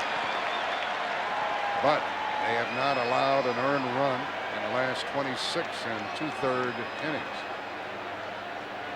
That dates back to the '87 World Series. Steve gets a strike in there, 3-1. Steve Bedrosian, one of 11 Twins that have World Series experience. Cy Young Award winner in 1987. 3-2.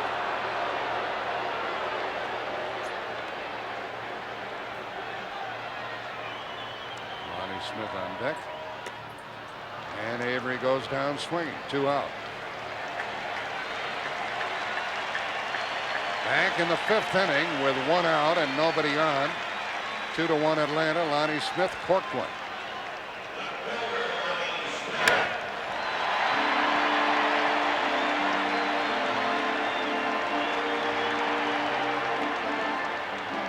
That was the 3rd Atlanta run, and a walk, an error, and 2 more walks gave the Braves their 4th run.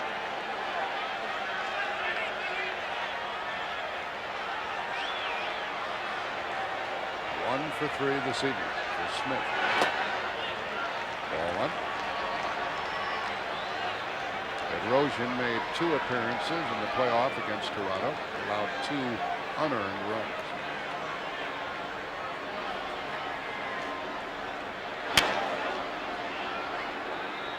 Ball and a strike. Well, we're certain that we're going to be playing here tomorrow night, 8 o'clock Eastern time. And the Twins will be pitching Jack Morris again, and John Smoltz will oppose him. First series appearance for Smoltz. And the Braves announced this evening that if we have Game 5, Tommy Glavine will come back and pitch against Tapani. Where's the ball? There it is. You're out. And Bedrosian has a 1-2-3 inning. We have played 6. Atlanta leads it 4-1.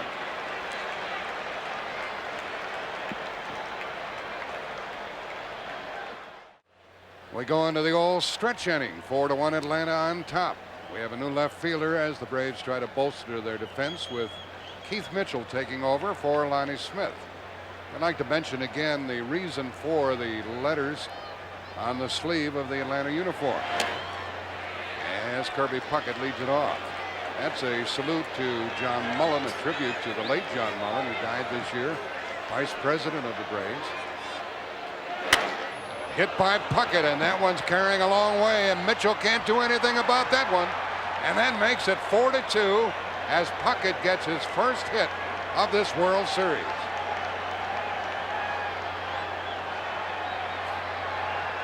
And the Twins fans have an opportunity to root here in the 7th inning.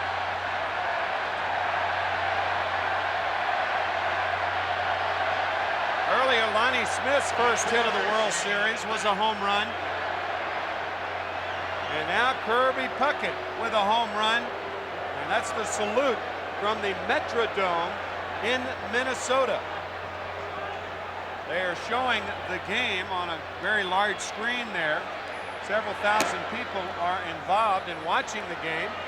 And what a tribute that is to Kirby Puckett and to the Twins, if that many people would show up when there's no game being played. Tim, you consider the leadoff hits in the 7th, plus the ball hit by Gladden and the ball hit by Herbeck. There's one to Pendleton, and that's the first out. Avery is not nearly as strong as he was earlier. Several hard-hit balls in the 6th inning, and now this rocket by Kirby Puckett down and in. A tracer to left. It's now 4-2 Atlanta. Talked about the sweet spot again. How sweet it is. But that felt good to Kirby. That makes the score 4-2. That ball shot over the wall and left. We've had 3 home runs tonight. Avery misses to Scott Leyes with 1 out here in the 7th.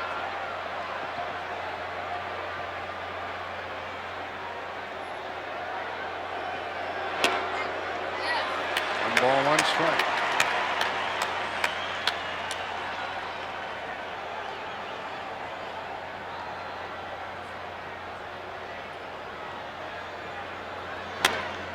Into right field for Justice. 2 out. Let's go down to Jim Cott. Well, Jack and Timmy, all those years you caught lefties, Steve Carlton, I wonder how much of the back of his uniform you saw, because what's impressive about Avery's delivery, he makes an extra little coil turn away from the hitter, more so than most pitchers. I think that's where he generates a little more power and a little better snap on that breaking ball. Yeah, Kitty, we talked about hitters how they have to keep their front shoulder closed. It's the same thing with pitchers, and Avery does it very well. Now the batter is Gagne with 2 out.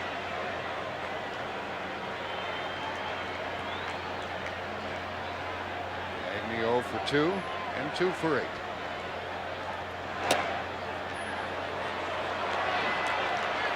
Yeah, I think, Timmy, you mentioned earlier in the season that Steve Avery working with his dad on his mechanics, and boy, they sure did it right, because you don't see many young pitchers with that perfect, that flawless emotion. Absolutely perfect mechanics. Father has been working with him since he was 8 years old. And if things go wrong, they don't go wrong because that front shoulder is not closed. You hear pitchers talk about their mechanics all the time, and Avery's are almost perfect, and there they are. Right into your living room. Gagne reaches and fouls it. 2-2. Lead off home run by Puckett, and now they're 2 out. How do you learn so much at a young age? 21 years old, and he is a star. Another young star, Macaulay Culkin, comparing with him. The difference between Culkin and Avery is that Avery's not home alone, and you can hear it.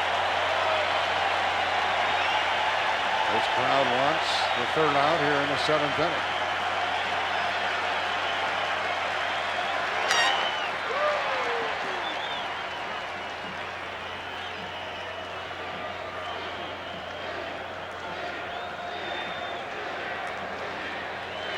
Minnesota now has 4 hits.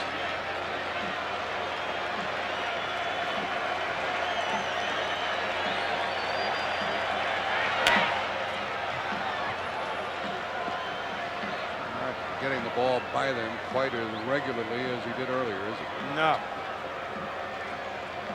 Well, hitters turn it up a notch. You know, this is the third time, actually third time that many of these hitters are facing Avery. Their bats have sped up, and his fastball has slowed down. Right center for Justice, and now Lemke goes out and handles it. 1 run on 1 hit. 7th inning stretch time. The score 4-2 Atlanta.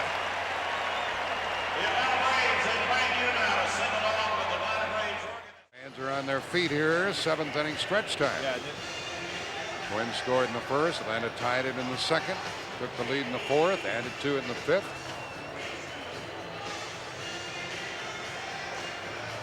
David Justice. There's Bobby Cox. Justice in the middle of a lot of things here this evening, as he has been throughout this series. Here's Pendleton to lead it off.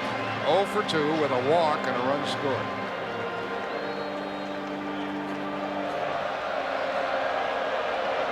Rosian worked the 6th and had a 1-2-3 frame.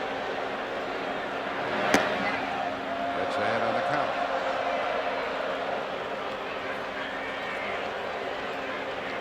Steve Bedrosian originally signed with the Atlanta Braves. He lives in the Atlanta area. He has a farm in Noonan, Georgia. Loves the area. That's strike 2 to Pendleton. Bedrosian told me the other day they just had their 4th son in the family. And you folks have probably heard the story that one of the youngsters has leukemia, and he told me he's doing very, very well. That boy's name is Cody.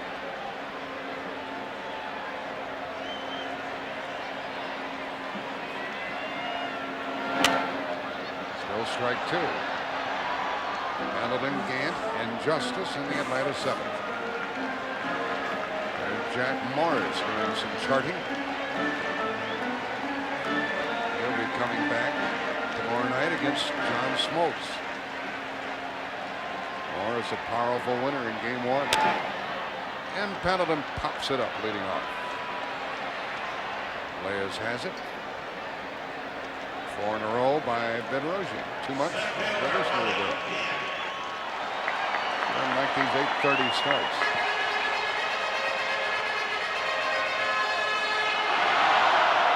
Ron Gant is 0 for 3. 4 out of 11.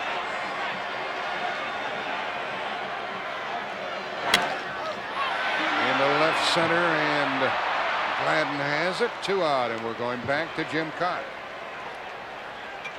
You know, the at-bat that David Justice had in the 4th inning, we talked about before the game, the Twins pitchers have been trying to keep the ball away from him.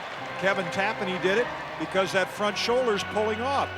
You see, those 4 pitches are fine, but that last one, that was right in the joy spot, and this is what it looked like to David Justice. Eyes lit up, and as Tim said, a tracer.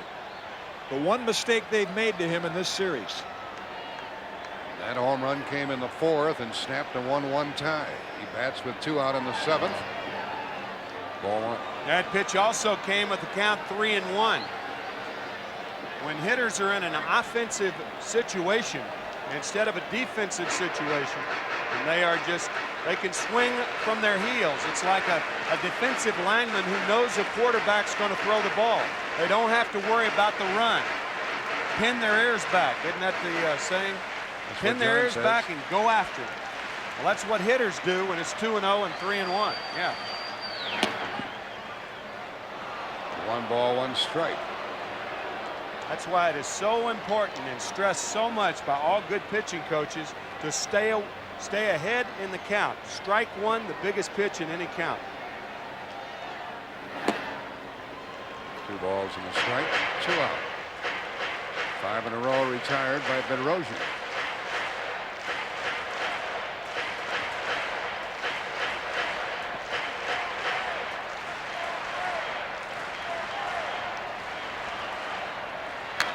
Two and 2. With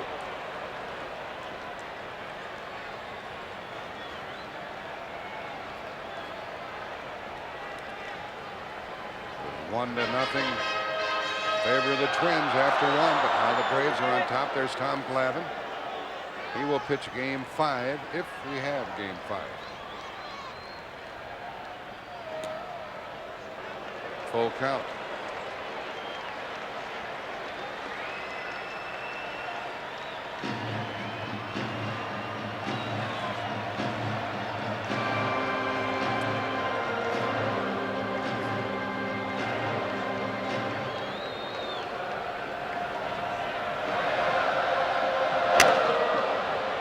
Herbeck made a good play, and 6 in a row by Bedrosian. Now we've played 7 innings, and Atlanta has a 4-2 lead over the Twins.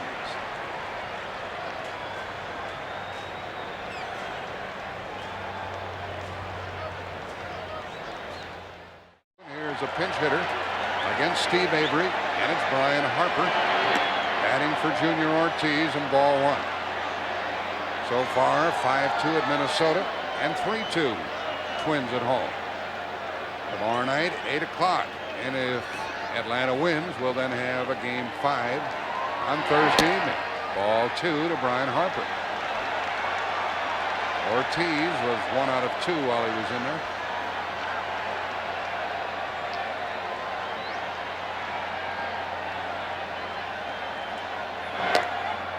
There's a strike down in the Atlanta bullpen. Alejandro Pena cranks it up. Across the way, Carl Willis. And he will become the 5th pitcher for the Twins. Count goes to 3-1. Talked about Harper before, about his good bat control, Tim. Doesn't walk, doesn't strike out very often. Chili Davis waits on deck to bat for Bedrosian. Things are on the move here. Only 22 strikeouts and 14 walks on the year. He usually puts the ball in play. Avery gives a strike is called. Umpire called a strike on that one, and that makes it 3-2. Harper couldn't believe it. He had tossed the bat away, and he was well on his way to first.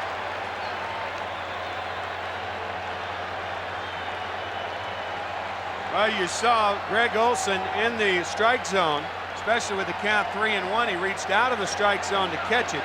That ball appeared to be outside or low, and maybe both. That's a big break for Avery right there. Leadoff man in the 8th. Pendleton scoops it, grabs it, throws it, and safe at first. We'll see how they roll that one, and Harper gets down to first base nonetheless.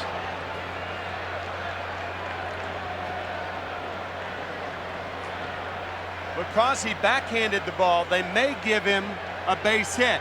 But because Terry Pendleton is such a good fielder, they're going to give him an error. Sometimes you're penalized by your ability.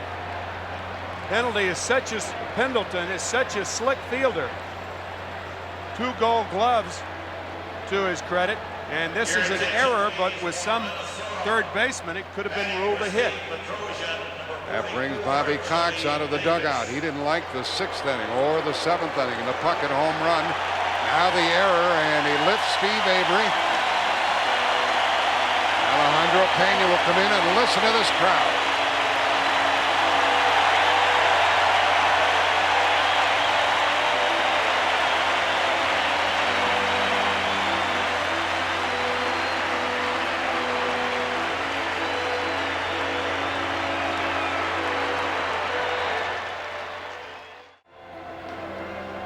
Tying run will be at the plate for the Twins, who trail 4-2 here in the 8th.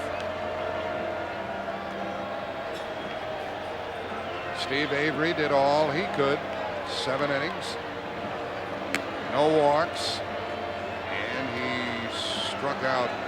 He gave 4 hits, struck out 5, and allowed 2 runs. So Pena takes over. Alejandro Pena obtained, as you look at Brian Harper, the runner at first base, Pena obtained by the Braves on August 31st for Tony Castillo and Joe Roa, a right-handed pitcher. And he has been a terrific pitcher for the Braves.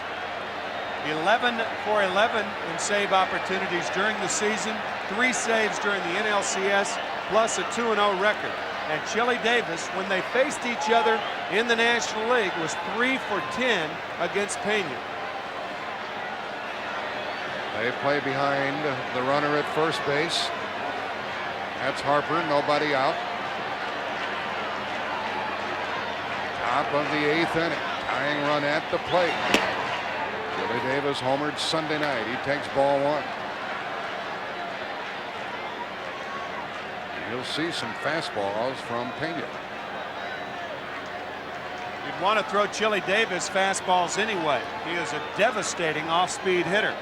We saw him take the Tommy Glavine changeup the other day, deep for a home run. He got a big swing of that one. How about that? With runners on base, the opposition has 1 hit in the last 30 at-bats against Pena. Into left field. Mitchell back. How far is this going? We are tied. We are tied on a pinch home run by Chili Davis. An error and a home run and a 4-4 game. And no win for Steve Avery tonight.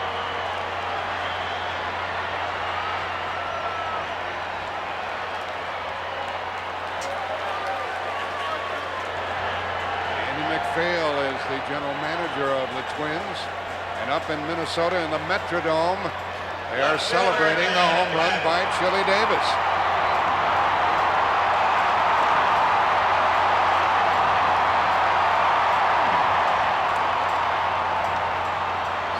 The game belongs to Pena, and it's 4-4 here in the 8th, and that was a crushing blow for the Braves, who now face Dan Gladden at the plate. And a big blow, obviously, for the Twins. Chili Davis and Scott Erickson roomed together in Minneapolis. So I guess Chili's saying, Scott, that was for the room. He got him off the hook. Gladden strikes 2 on the foul. An opposite field home run, 29 during the season, 2 here in the World Series. The second 2-run homer for Chili Davis. And still nobody out in the Minnesota 8th.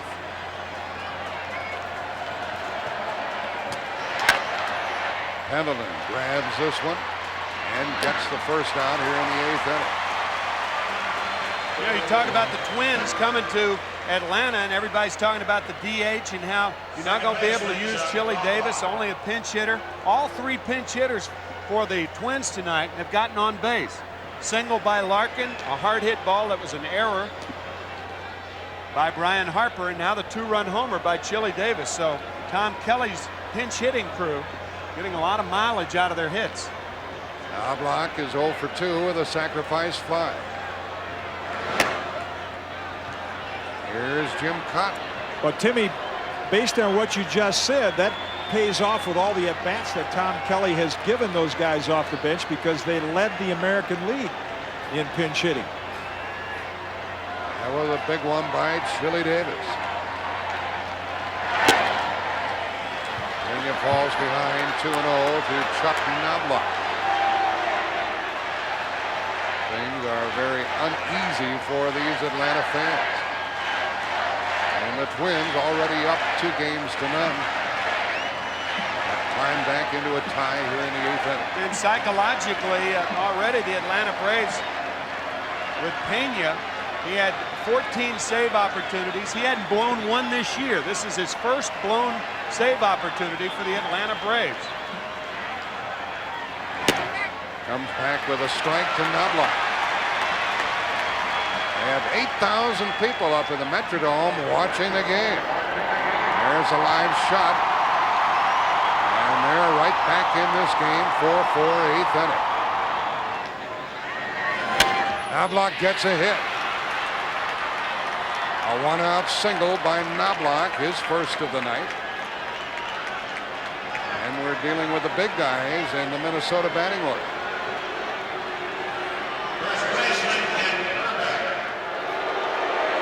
Urbeck is 0 for 3, and in the 6th inning, with 2 men on, he sent Ron Gant to the center field wall to make the catch of a fly ball. Tough situation for Bobby Cox.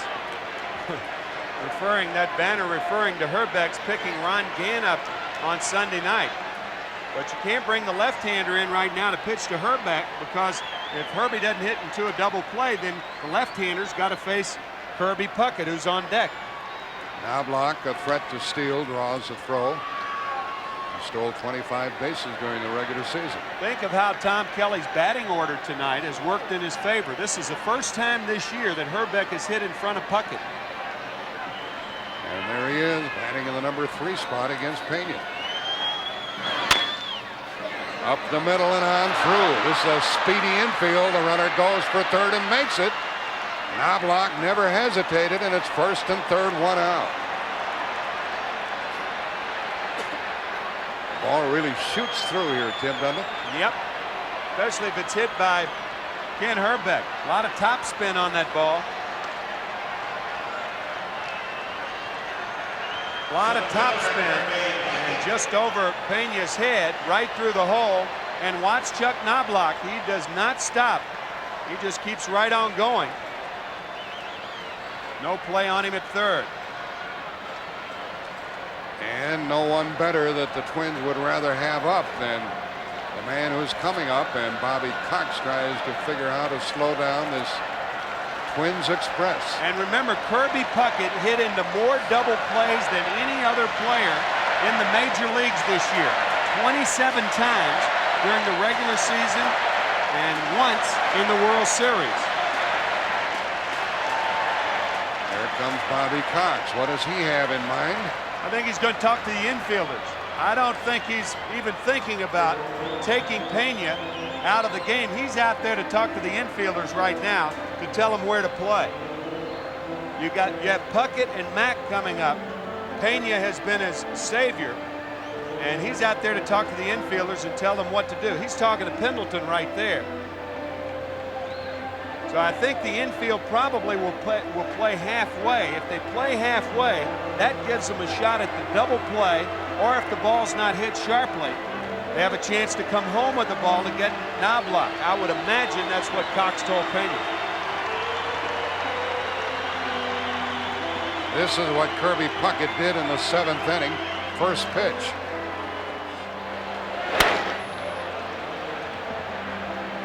That made the score 4-2. And an error and a home run in the 8th inning here. Home run by Chili Davis, 4-4. After an out, a hit by Knobloch and a hit by Hrbek. And Puckett back up there. Missed, ball 1. If Atlanta loses, they'll be down 3 games to none. To the Twins, who are doing a lot of things right.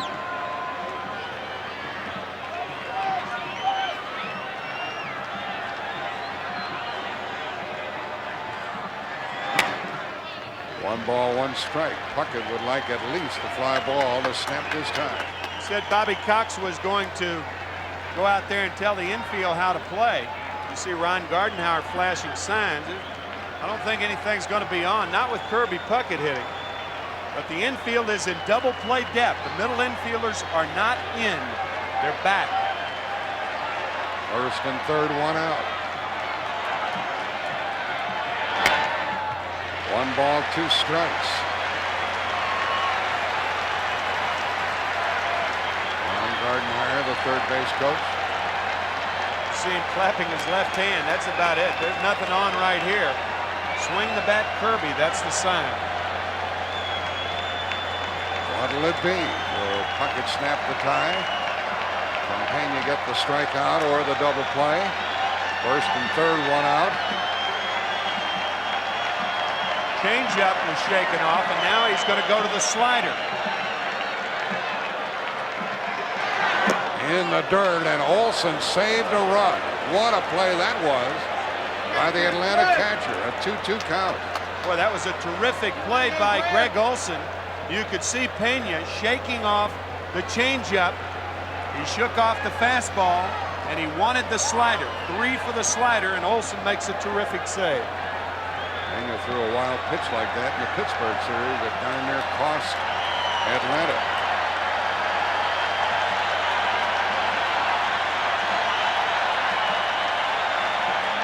slider again. Got him. Big strikeout, 2 out.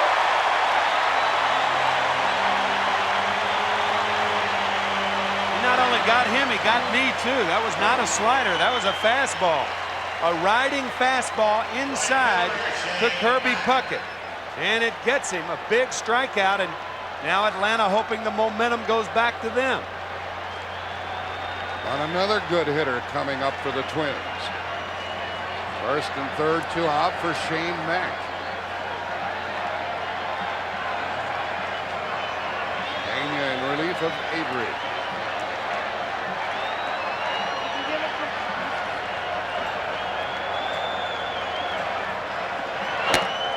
Ball 1. 3 of the Minnesota runs charged to Steve Avery. And the 4th to Pena, who served up the home run to Chili Davis. Shane Mack is 0 for 10 in this series.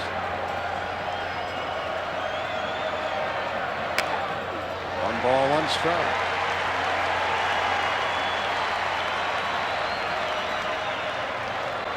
Chili Davis did his damage.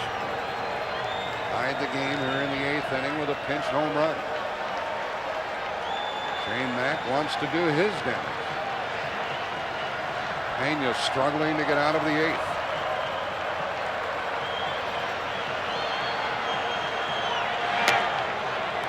He's behind on the count, 2-1.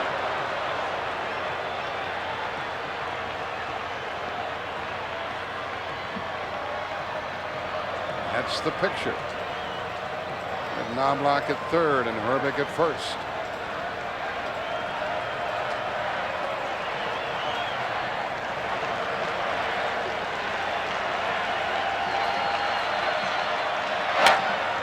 Two and two. And Tim, I wonder if the Twins might try to steal a run. Oh, no, I don't think so. Not with Herbig on at first base. I mean, you would have to go into the assumption that if that were the case, they would have done it before now. So it's a battle between Pena and Shane Mack.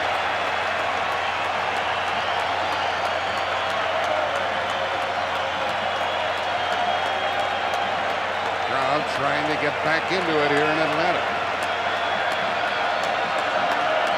Runner gone. And a foul to the screen. You were right, Jack. They did exactly that. They sent the runner, Ken Herbig. And then if you're a catcher, you have to decide whether to throw through or not. Count 1 and 2 still to Shane Mack. Looked like the Braves infielders were not going to cover. It did, didn't it? Second baseman and shortstop held their positions. See if they do it again then. 2 on, 2 out, 2 balls, 2 strikes, and it stays the same as Herbig was going again.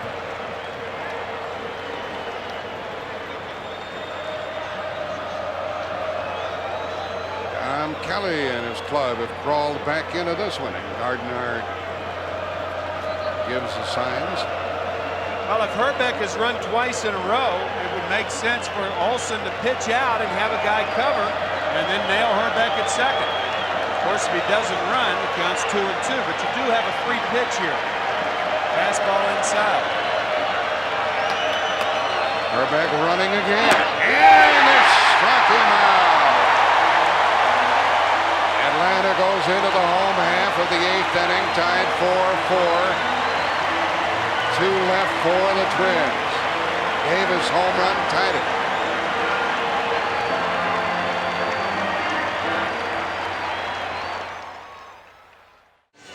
Well, the Braves are in a precarious position, batting in the bottom of the 8th, tied with the Twins, 4-4. The new pitcher for Minnesota, their 5th of the night, is Carl Willis, who was terrific against Toronto in postseason play. The new right fielder, and batting in the number 9 spot is Jarvis Brown. And so the pitcher, Willis, will bat where Shane Mack had been. That's in the number 5 spot. And Mack 0 for 4 and 0 for 11 in the series. And the pinch hitter, Brian Harper, is the catcher. So it's a new battery for the Twins. He scored 2 in the top of this 8th inning to tie. And Sid Bream leads it off, and that's ball 1. That is the chant that you may have heard in the National League Championship Series. Along with the chop, it is Sid. Green has lined out to first, doubled and walked, and leads it off in the home 8th. Willis used to be in the National League with the Cincinnati club. Ball 2. You mentioned, Jack, that Atlanta's in a precarious situation, and that is true if you compare them with how they went into the top of the 8th with a 2-run lead. But a home club hitting in a tie ball game in the late innings, a decided advantage.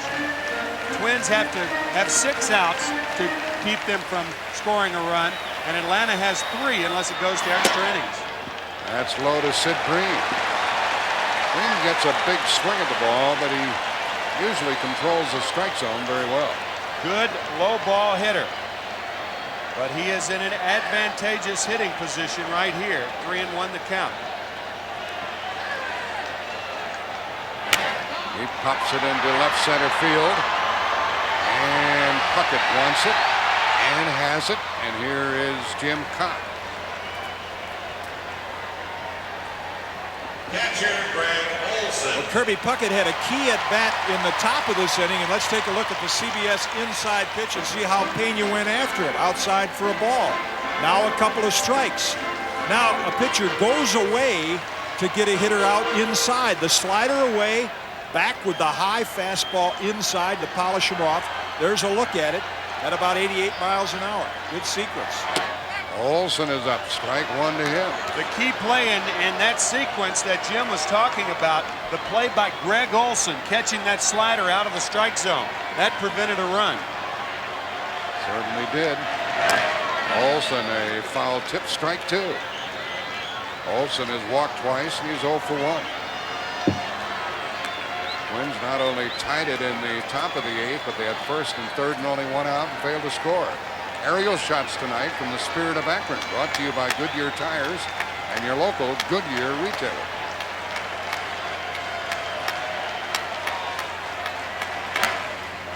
Still 0-2 on Greg Olson.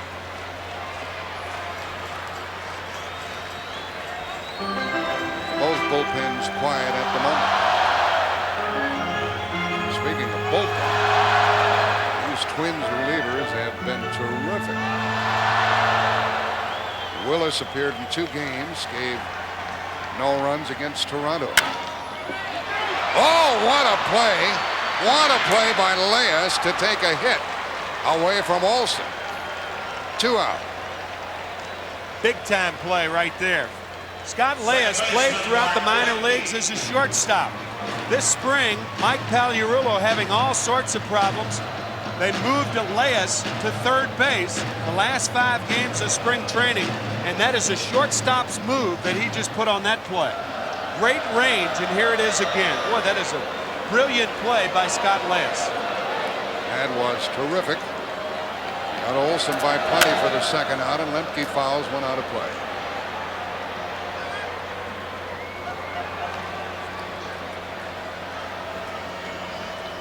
Mark Lemke has a hit, 1 for 3. He helped Atlanta score the tying run in the second inning. Jeff Blauser tossing ball in the glove. And Lemke pops it up for Leas. That catch sends us into the 9th inning tied.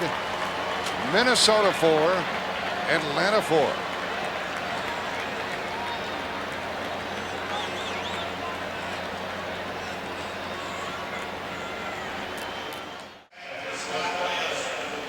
See Carl Willis on the bench. A pitcher cannot bring his bare hand to his mouth on the mound, but watch what Willis does. That's a strange movement, isn't it, Jim Cott? Yeah, kind of like another North Carolinian, Gaylord Perry. He's got a few of those movements. He has been questioned by Cito Gaston, but never warned by an umpire. Well, maybe it's just a sinus condition. Here we are into the 9th inning of a 4-4 game. And we have a pinch hitter, Mike Pagliarulo, leading it off and batting for Scott Leyes. 4-4 in the 9th. Alejandro Pena, who pitched the 8th, tries to send it tied into the bottom of the 9th. Strike 2 to the pinch hitter. With Gagne to follow, and then Harper. We're at Fulton County Stadium in Atlanta, Georgia. 4-4 game, top of the 9th. Pagliarulo leading it off, 1-2.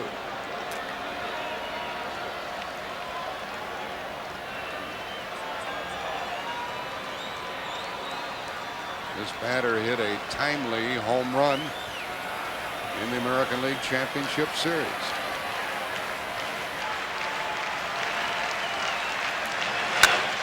That's going to go out of play. That was in game 3, 10th inning against Mike Timlin with a count of 1 ball and no strikes. A 2-2 game, and here's what Pagliarulo did.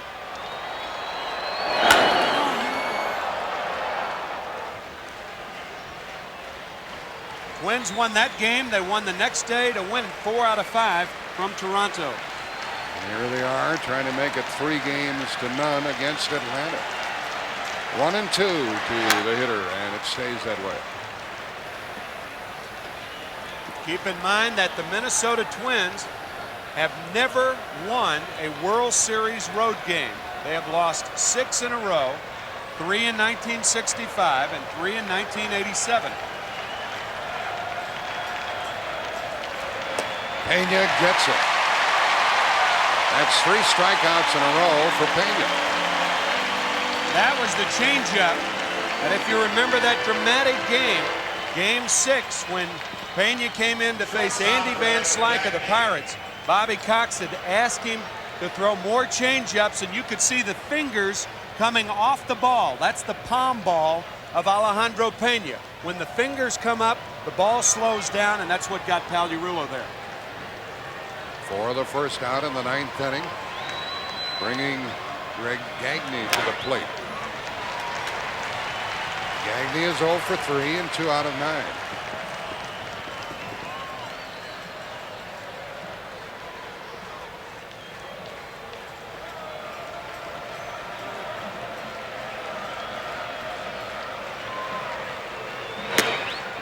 One ball, 1 strike. We mentioned the 6 in a row in Minnesota. You have to go all the way back to October 7th, 1925, when this franchise won their last road game. Walter Johnson won it over Pittsburgh, and since that time they've lost 11 in a row, including the 6 at Minnesota. Gagne hits it into right. Justice camps under it. 2 out. Minnesota moving from our nation's capital in 1961, so this is the 30th year that the original Senators have been in Minneapolis.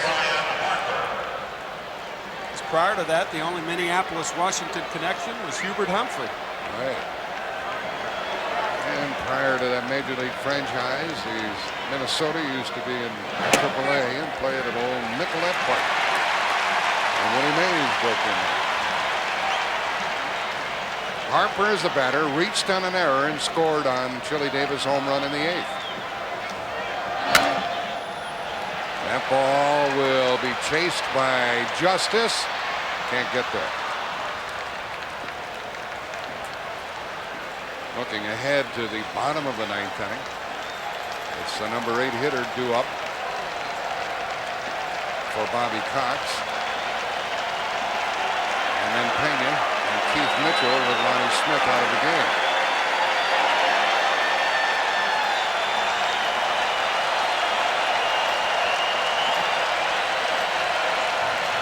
And they talking to Tommy Gregg, who probably will be a pinch hitter. And there's Tom Kelly. 2 out in the 9th.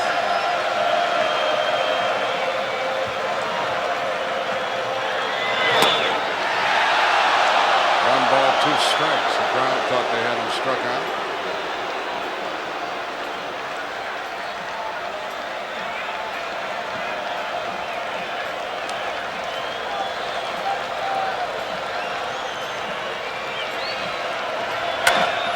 Up the middle, and it shoots on through. Fast infield here, and Harper's on base. Boy, he's a good 2-strike hitter. That's where that contact part of his game comes in handy. He is a tough guy to strike out. He puts the ball in play. This is a similar hit that Ken Herbeck got in the 8th inning. A high chopper that scoots on through. A lot of top spin. Now due up was Jarvis Brown, but they call him back toward the bench.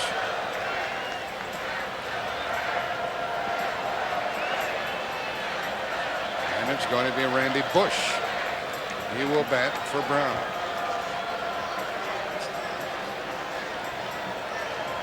I just happened to watch Bush for a period of time during batting practice, and he didn't have any trouble pumping him out of here. He'll bat in the 9th with a runner at first and 2 out. Twins have been very successful with their pinch hitters this evening, and here comes another. First at bat for Bush in this series.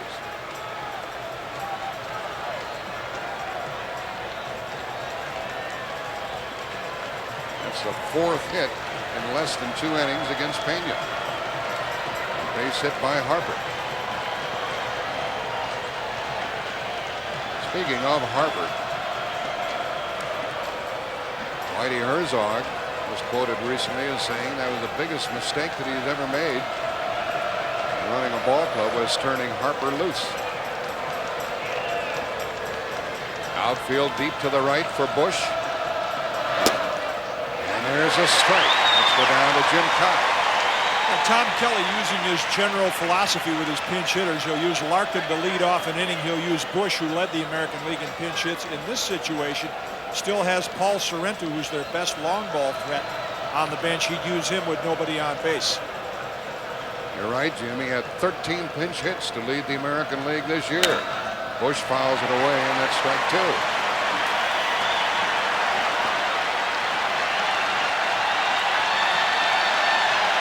Crowd wants this visitor's 9th to come to a screeching halt. And has been out hit 7-5 in this game.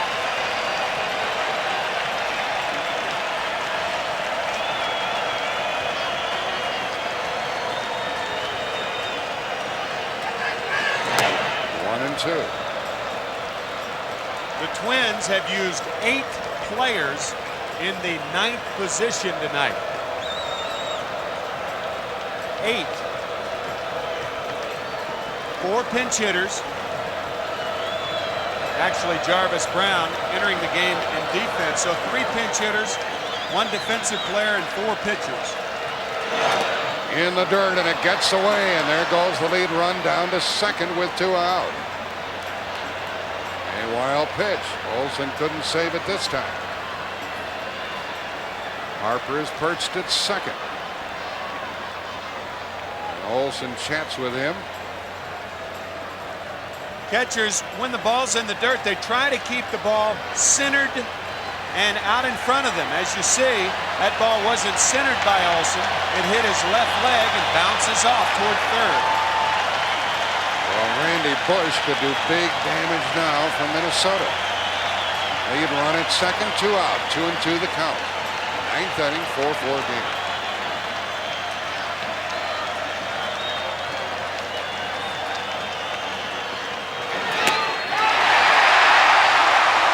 Four strikeouts for Pena. 1 left for the Twins. They've left 5. We go to the bottom of the 9th, and we're tied at 4.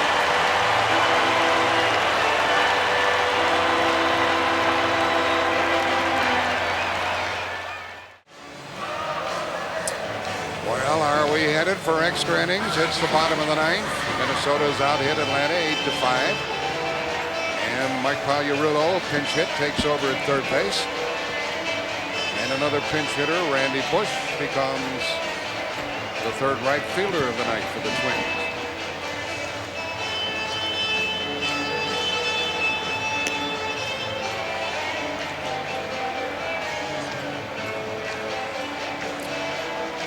There's Chili Davis. He popped the home run following an error in the 8th inning against Alejandro Pena. Remember, Atlanta was in pretty good control in this game. Took a 4-1 lead into the 8th inning. An error by Pendleton. Home run by Davis. And a big threat went down the tubes for the Twins. And then they left a runner at second base in the 9th. And Belliard will lead it off. And we're going to have a pinch hitter for Pena.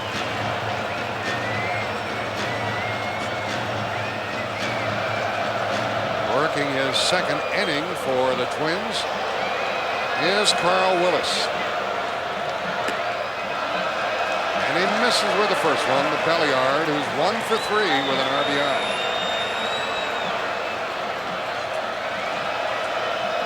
There's Tommy Gregg. He will bat for Pena.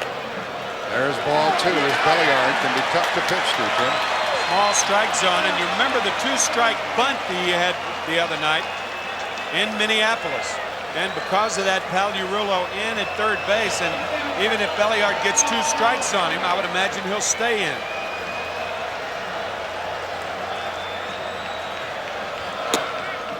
Strike 1, 2, and 1. Bottom of the 9th, 4-4.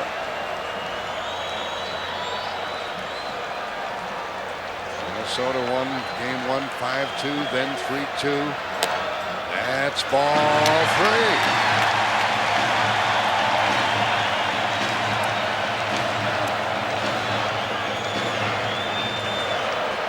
Willis had a 1-2-3-8. He walks the leadoff hitter in the 9th.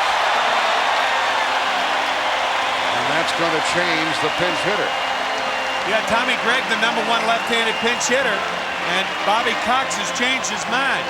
He does not want a pinch hitter up there. He wants a pinch bunter. So he is going to go with the left-handed hitting Jeff Treadway. Treadway for Pena.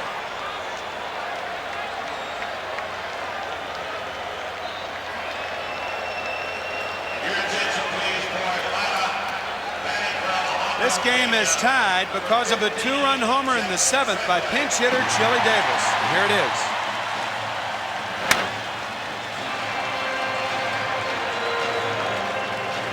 That made it 4-4, and that's where we are. That's not Mickey Mouse. Those are the Atlanta rally caps. They call it the Shark. Going for the kill. A simple run here would kill the Twins. Put the Braves right back in the thick of things. Look where Pagliarulo is playing at third base as Treadway is up there. It's going to be very, very difficult for him to get it down. He bunts in the air. And the play to first. Boy, he was lucky with that one. And good base running by Belliard. Outstanding base running by Rafael Belliard. You don't understand what a precarious position that a runner is when the ball is put in the air. This is outstanding base running by Belliard. He was going. He thought because Herbeck was holding him on, he gauged the distance correctly. He realized that Herbeck didn't have a chance for this ball. He stopped momentarily, but by taking off, there again, we're talking about instincts. Fine instincts by Belliard. Now the batter is Keith Mitchell. Ball 1 to him. A base is open for Carl Willis, who's in big trouble. This is the first at bat in the series for Keith Mitchell. We talked about the fact that little guys have been doing a lot of harm in this series. 1-1. They have a little potential winner on second base. That's Belliard. He's there with 1 out, and he's able to get a big lead. Keith Mitchell batting for the first time this evening.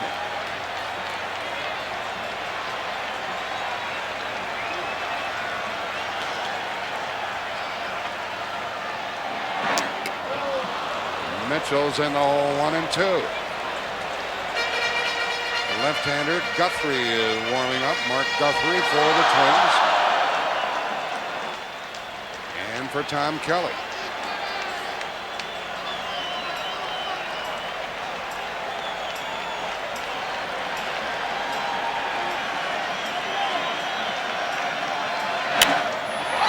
Into left center field.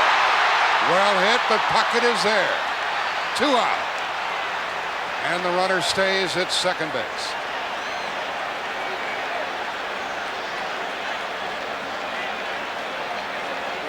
It's not a grievous mistake, but what you want to do on a situation like that, or in a situation like that, is go a third of the way to third.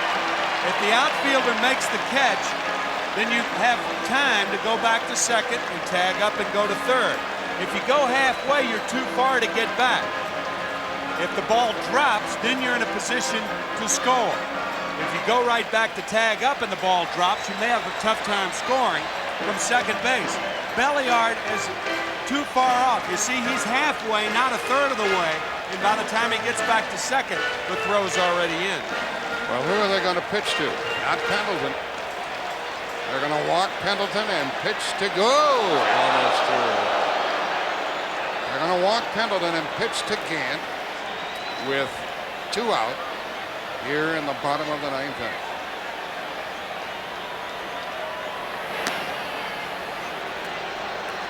There's Ron Gant. Hitless on the night, 0 for 4.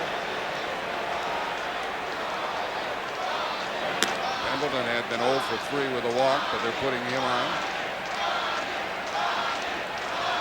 It's Scott Leyes. He was one of the heroes in game 2 in his home run. Won the game. Well, Atlanta hasn't had a hit since the 5th inning.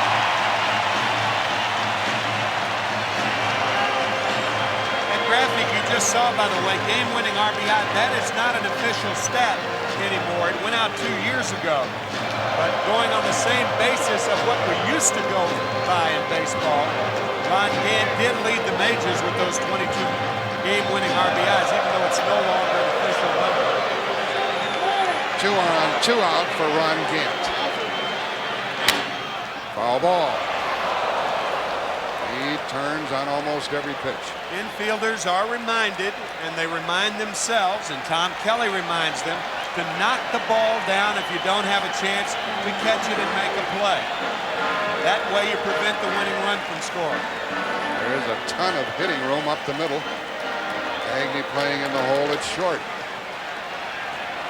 2 on, 2 out, 4-4, bottom of the 9th.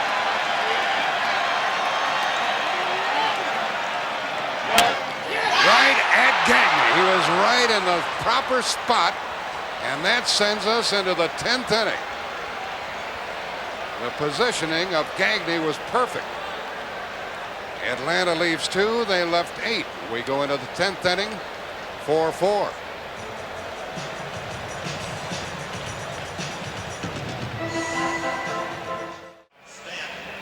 Atlanta hasn't had a hit since the 5th inning, and we're tied 4-4 going into the 10th. And it's the top of the order for the Twins, Gladden, Knobloch, and Herbeck. And a new pitcher, the 3rd of the night for the Braves, is Mike Stanton.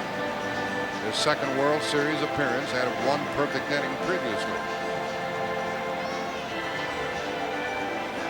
Twins tied it in the 8th, and here we are in the 10th. Really looked, Tim, like the Braves were in good shape with Avery pitching and a 4-2 lead into the 8th inning. There were until the Chili Davis home run off Pena. This, of course, an extra inning game, and the last extra inning game last year, game 2 of the World Series in Cincinnati with Joe Oliver batting.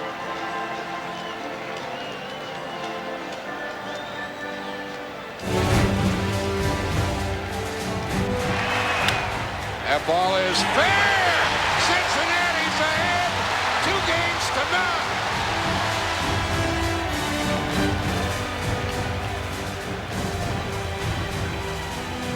Billy Bates crossed the plate on that Joe Oliver hit.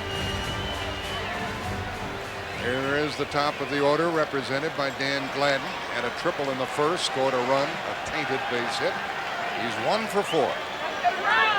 Darnier hit one out in the 6th inning. Standon's first pitch in the straight.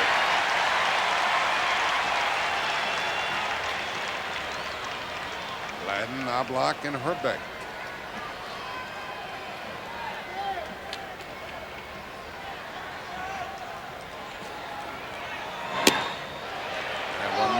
Stanton, one of the many left-handed pitchers on this Atlanta staff.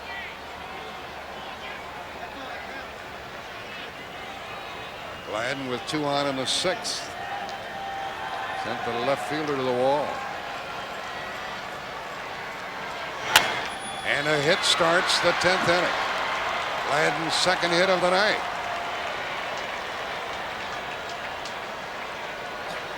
We'll see how the Twins play it with Knobloch. Second baseman, Knobloch. If they bunt, they'll have Herbeck and Puckett coming up. They've got a lot of ways to go. They can steal Gladden. Of course, you have the left-hander Mike Stanton out there who has a good move to first base. You have Chuck Knobloch, who's a good bunter. You can bunt the straight sacrifice and take your chances with Ken Herbeck. Stanton is very, very difficult on left-handed batters, but you do have Puckett in the hole. So with all of those options, what's Ron Gardenhire, the third base coach, going to do? Getting his signs from Tom Kelly. Leadoff base hit is the 9th of the night for the Twins. Knobloch has a sacrifice fly, and he's 1 for 3. There's Gladden. He's a good base runner. And Sid Bream is holding against the runner and looking for the bunt. There's a strike, and Knobloch showed it but didn't bunt. You saw Chuck Knobloch tying the all-time record for rookies in postseason play with 11 hits.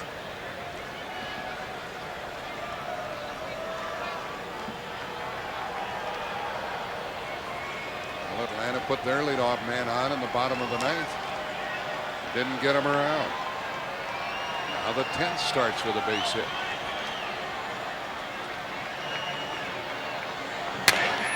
And to the second baseman. Safe at second, out at first. Lemke says, rather than argue very vehemently about that, there's Gladden with his speed getting past Lemke. Yeah, I don't think he tagged him. I think it was a good call. Here's Gladden, and watch how quickly Gladden gets down to second base. He sees Lemke make the catch, and now the attempted tag, he misses it. Now that's a clear miss. Did Gladden run out of the baselines? No, because he comes back and tags the bag. That's a good call by second base umpire Rick Reed. And great base running by Gladden. Boy, wasn't that close? Almost a double play to bail the Braves out of it for the moment, and Herbeck is out. He bails, and that's a strike. To you as the runner, you have to keep your eye on the ball, but as importantly, the second baseman who's going to catch the ball. Gladden did both very well. An excellent piece of base running by Gladden. Herbeck could put the Twins on top. They haven't led since the first inning. That's in, strike 2.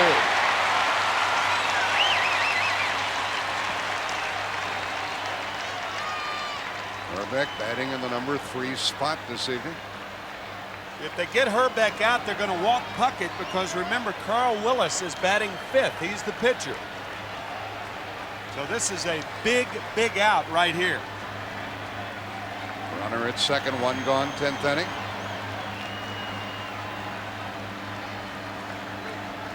Oh and 2, 0 and 3.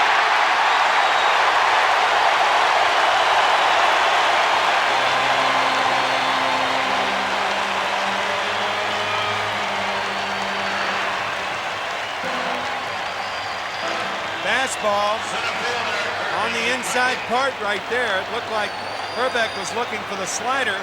He got the heater, and now clearly they will walk Kirby Puckett. They're going to put him on. He will join Gladden on base.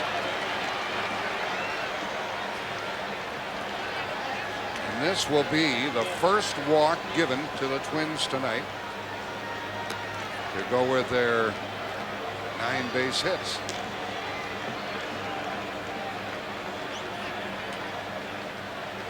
And the Twins running out of players. Al Newman represents the 20th player used tonight by Minnesota. World Series record is 21. And if they make a pitching change, he will be the 21st player, and that will tie the World Series record.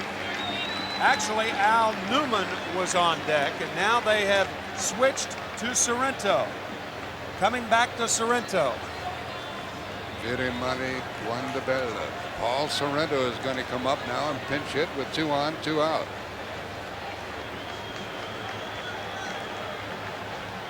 Against Stanton. So Tom Kelly sent Al Newman up there, and now he goes with Paul Sorrento. A good fastball hitter. As a matter of fact, the Twins had an option of putting either Pedro Munoz or Paul Sorrento on the postseason roster.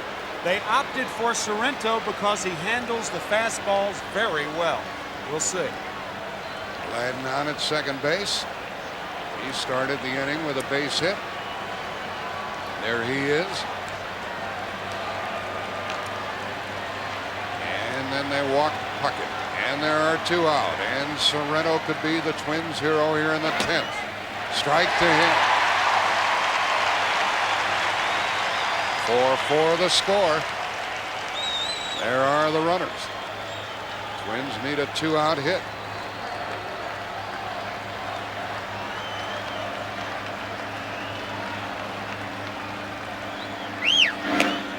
Strike 2.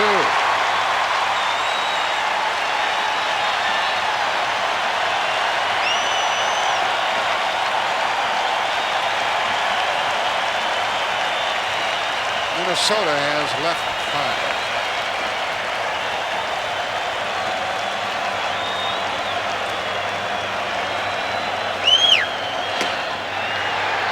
Ball on 1 and 2. Funny, Paul Sorrento attended Florida State University, home of the Florida State Seminoles. That's where the tomahawk chop started, and now he's hitting, and he's got the tomahawk chop against him. He hasn't batted against left-handed pitchers very often in the big leagues. And down he goes. Second strikeout in the inning for Stanton. The Twins have left 7, and Atlanta comes to bat in the bottom of the 10th inning.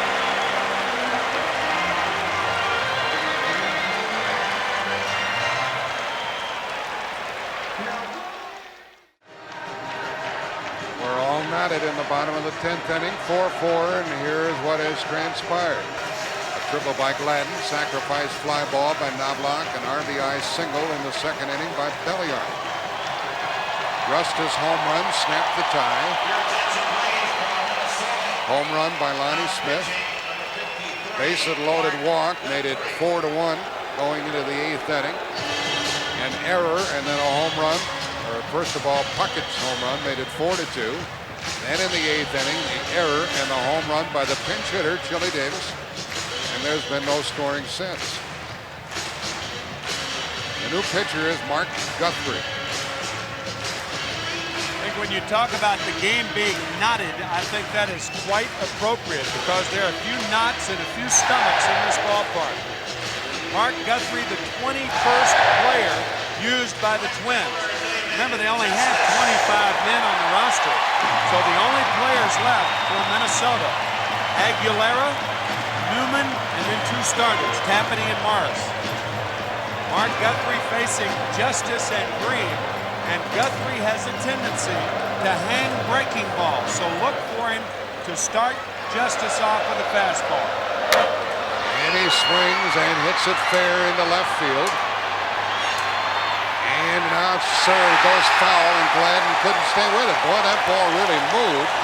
It was fair by about 30 feet, and then just blew away from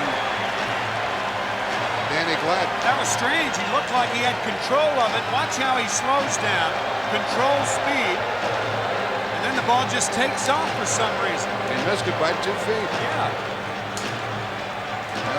Ronnie string. And David with new life. Justice has reached on an error and hit a home run. 1 out of 4, and now he's backed up 0-2.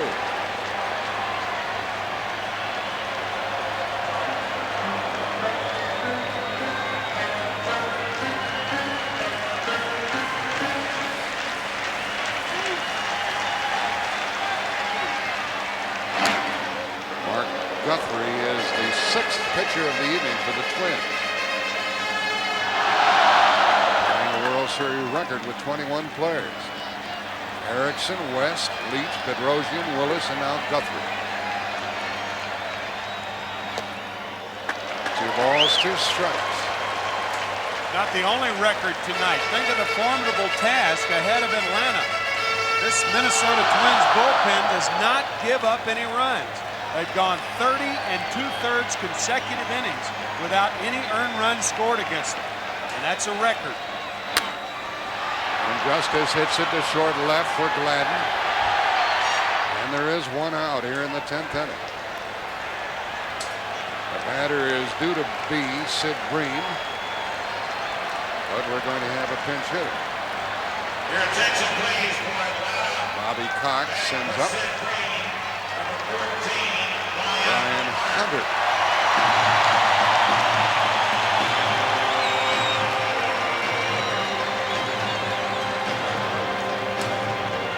Well, here's a fellow who hit a dozen home runs during the year and hit a big one in the clincher against Pittsburgh. Guthrie gets ahead of him. Starting to get the impression that the Minnesota bullpen's pretty good, and they still have Aguilera out there. That's right. He's the only one left, however. Hunter to be followed by Olson. 1 ball, 1 strike.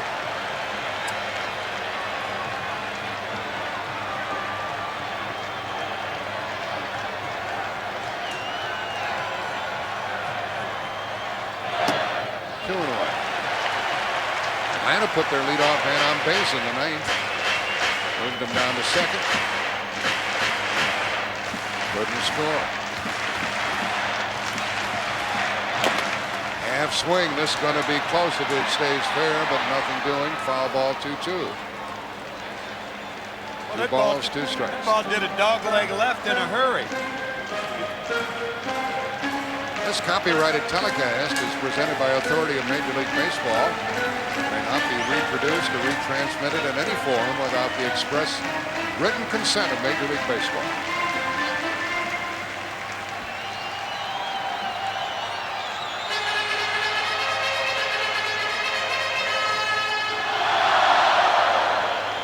All 4 Atlanta runs.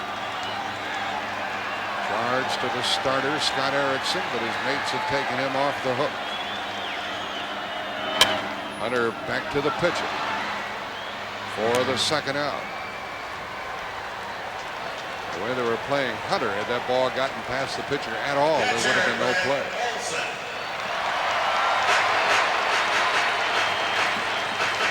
Harper goes out with a reminder about how to pitch to Greg Olson.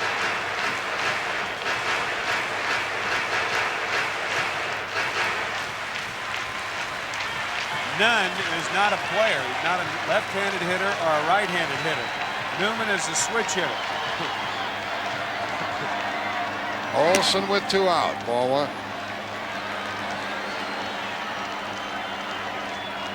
Olson hit 6 home runs during the regular season. Faced a bad ball and it's 1-1. Maybe a ways away. But one thing to keep in mind, if Rick Aguilera gets into this game, he's probably the best hitting pitcher on either club. Rick Aguilera had 3 home runs in 1 year once for the New York Mets. Olson took a strike and he's in the hole.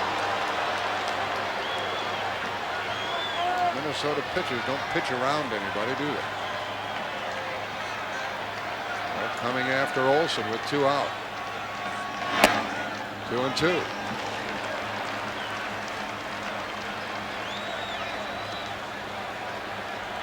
Twins are leading 2 games to none, and we're tied 4-4 in the bottom of the 10th with 2 out.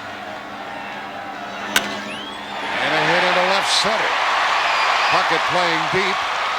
Olson's trying. He is saved.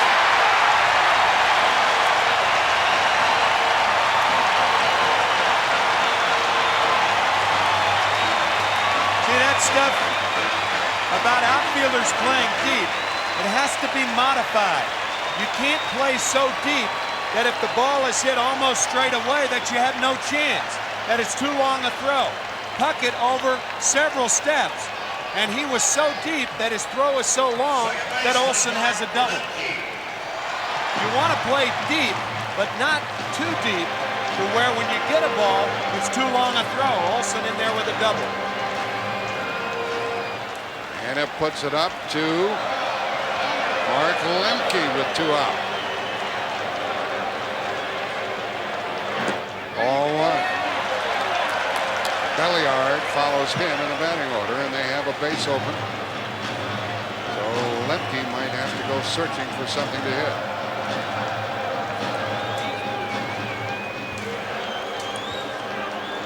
I think it boils down to you want to pitch to Lemke or Belliard. Winning run at second, 2 out. And Guthrie missed with a breaking pitch, ball 2. They do have a base open. Yeah, I would opt. This is a dangerous situation, though, Jack. You don't take any chances trying to pitch around hitters in game-winning situations. If he gets a hit, the game's over.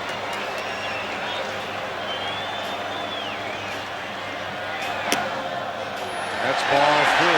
And with Belliard hitting next, even Lemke might be swinging on 3-0. Maybe. Because remember, we told you about a tough time that Belliard has in scoring runners from second base.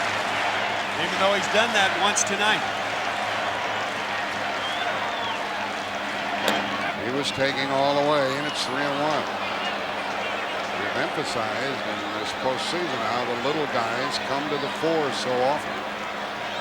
Lemke has a chance with 2 out. Guthrie trying to send it into the 11th.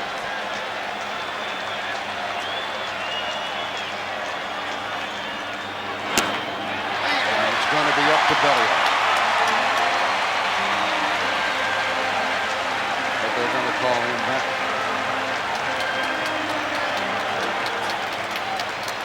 First walk by Guthrie.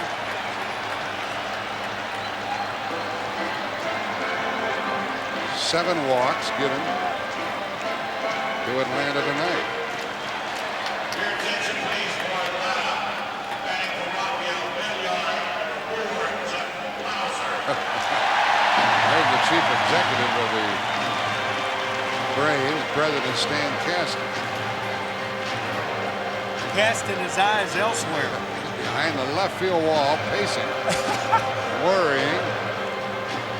Trying to get a win in this World Series. Well, that's what Bobby Cox is doing too, Jack. Jeff Blauser is not nearly as good a fielder as Belliard. Blauser's had problems throwing, he has a bad right elbow. Bobby Cox is going for the win right now. But if they don't win it now, they are going to be weakened defensively considerably. 2 on, 2 out for Blauser. The Braves have left 8.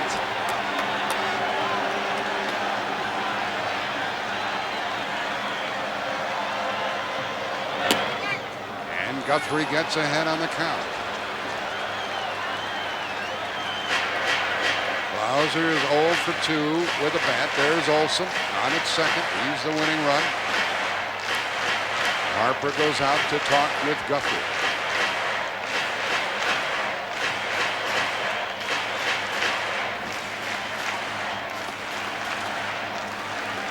If Blauser could be an Atlanta hero.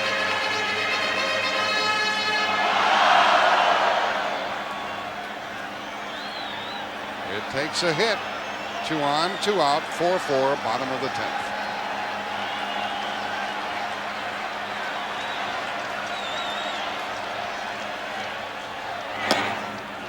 One ball, 1 strike.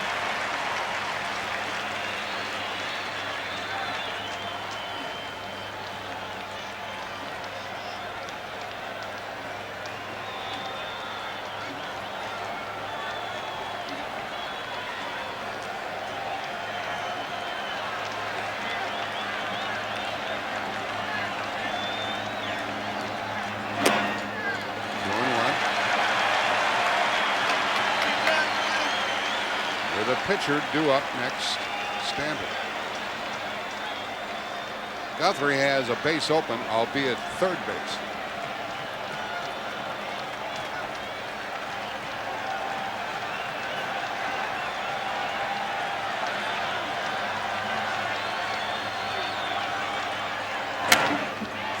Out of play, 2-2.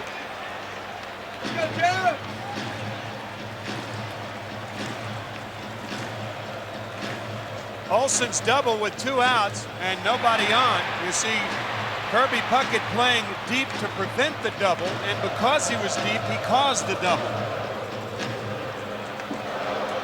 Now 2 on, 2 out, 2 balls, 2 strikes.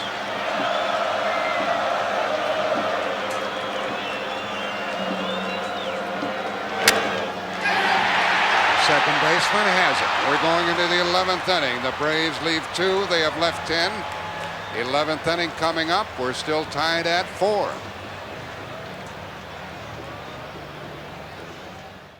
4-4 ball game. This has been the longest World Series game since October the 11th, 1977, when the Yankees played the Dodgers. You may remember the Yankees won the World Championship that year, and in that series they had a 12-inning game versus the Dodgers. What, you may ask, is the longest World Series game ever? Well, back on October 9th, 1916, Babe Ruth, 21 years old, was the winning pitcher for the Boston Red Sox in the longest World Series game, and that game 14 innings versus the Brooklyn Dodgers. And then about 6 years later, Babe Ruth went on to become an outfielder. He did all right. I'll say. Well, what the heck do you expect from this kid? 1 o'clock in the morning. We have a new shortstop. It's Jeff Blauser, and remember Tim mentioned that he is not as good as Belliard, and Brian Hunter takes over at first, and he's done well platooning with Sid Bream at that position. The focus right now is on Jeff Blauser. He has made 2 throws in postseason, and both have been bad. Only 1 error, but both throws have been bad, and his right elbow is annoying him. He is really having a problem throwing the ball. So the focus is on Blauser right now. And this is Al Newman at the plate to lead it off. And that breaks a record for the most players employed by one team in a single World Series game. And a pop-up to start the 11th inning. Lemke gets under it. 1 out. Newman batting for Pagliarulo. Pops out to start the 11th. Tom Kelly is not taking his strokes into the clubhouse. What is that, his mulligan? He's not gonna go into the 19th hole with his mulligan, using 22 players tonight. He's in such good shape, Tim, leading 2 games to none, that he can do almost anything.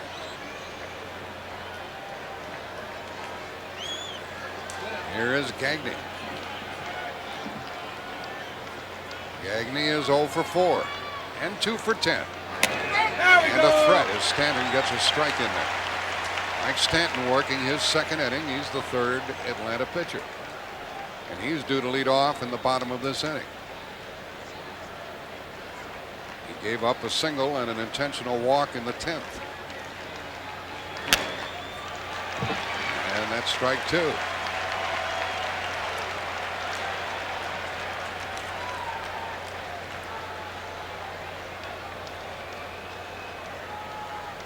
The longest game I've ever broadcast, Tim, was that Cardinal Met game, 25 innings. Longest one I ever broadcast was in this ballpark. The Atlanta Braves and the New York Mets, July 4th and 5th, 1985. That's the 2nd out as Stanton gets Gagne. 3rd strikeout for the Atlanta Hurler.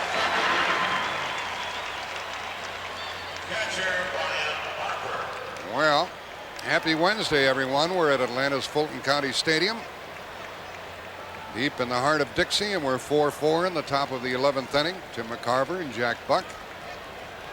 Minnesota tied the game in the 8th. And Kirby Puckett looks on as Brian Harper bats with 2 out. Ball 1. Jim Koch down at the field level.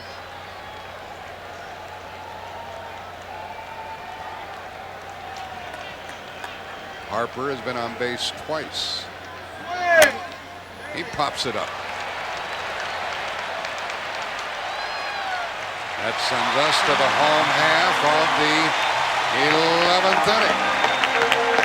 The pitcher due to lead it off for the Braves.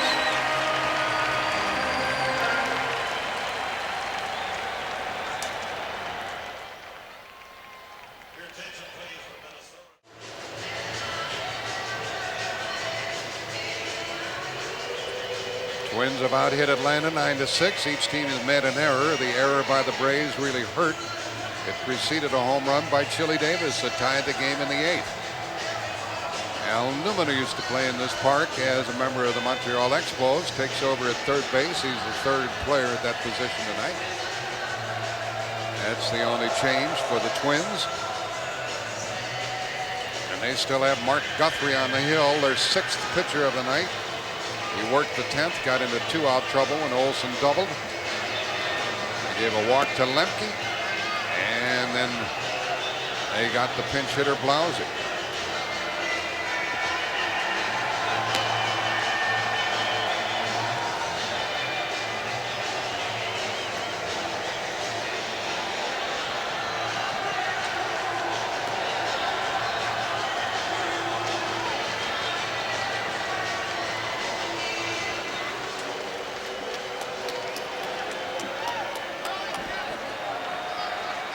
I'll say this for Tom Kelly. He's shooting the works here tonight, trying to go 3 games up. The only players remaining for the Minnesota Twins, Rick Aguilera, Jack Morris, and Kevin Tapani.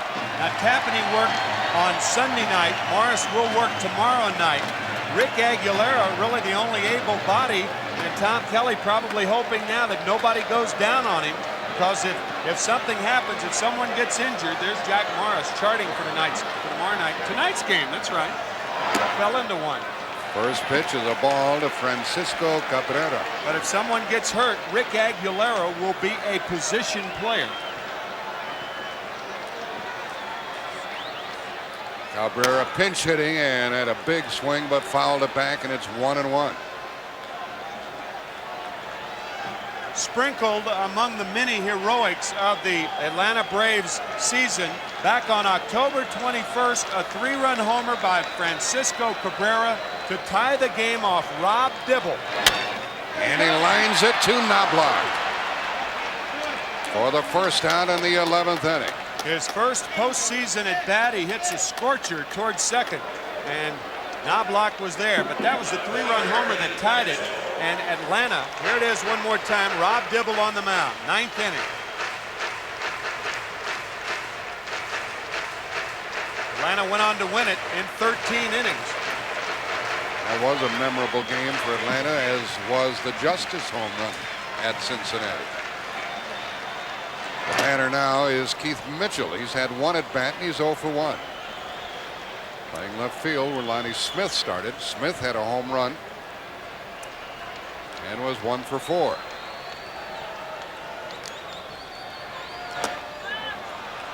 And that's strike 2 to the rookie.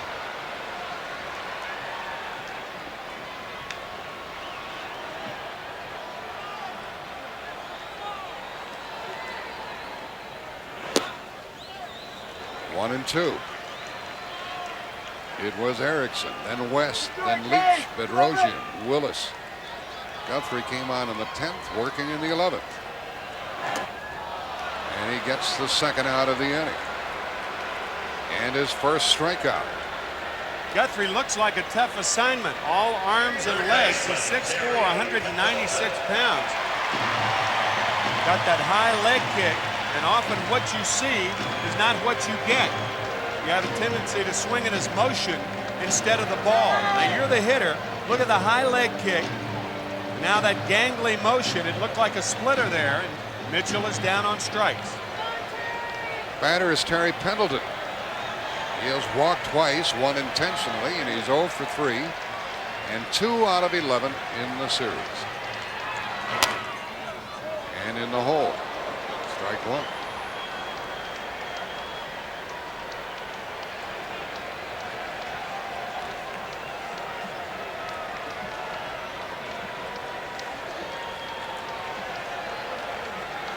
Cardinals haven't scored since the 5th. And that's strike 2.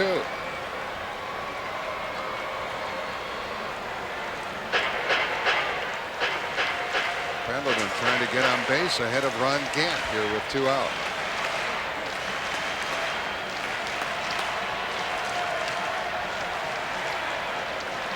Crowd's quiet, but they're still here, folks.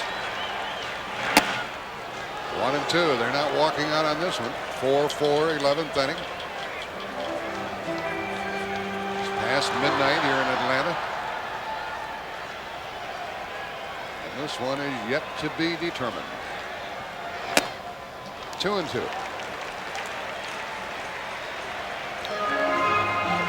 Guthrie's probably looking over the on-deck circle, taking a look at Gant and saying to himself, I better get this fella right now.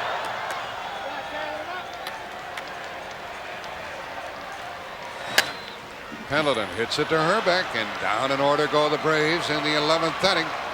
32 plus innings for the Minnesota relievers in postseason play, no earned runs. We're 4-4 and heading into the 12th inning. Well, is it tomorrow or later today? The Twins and the Braves in the 4th game, 8 o'clock Eastern time. And we invite you to join us here on CBS. Who in the heck is going to win this one? John Smoltz will take on Jack Morris, and there is Smoltz, and he might have a heavy load on his shoulders, and will have if Atlanta fails to pull this one out. In the 7th inning, make that the 8th inning, an error by Terry Pendleton, and this led to the Chili Davis home run. That was when Brian Harper got on base on the error, and then the next pitch, Chili Davis off of Alejandro Pena to left field, his second 2-run homer in as many days, actually as many World Series games. He had one Sunday night. And that's where we are, tied at 4 here in the 12th. And that's why we're here. That Davis home run in the 8th. Both teams have had scoring opportunities since then, but nothing doing. Minnesota has stranded 7. They send up Randy Bush. He struck out as a pinch hitter back in the 9th inning. This new pitcher is Mark Wohlers. It was Avery, Pena, Stanton, and now Wohlers. And Atlanta hurlers have given up only 1 walk this evening, and that was an intentional pass. I mention that because Wohlers can throw hard, but the strike zone eludes him at times. And he's behind 2-0. The Atlanta bullpen continues to warm. Clancy, the right-hander, down there. High in the air for Ron Gant. 1 out in the 12th. Randy Bush is 0 for 2. Now the left-hander is Kent Merker, joins Clancy in the bullpen.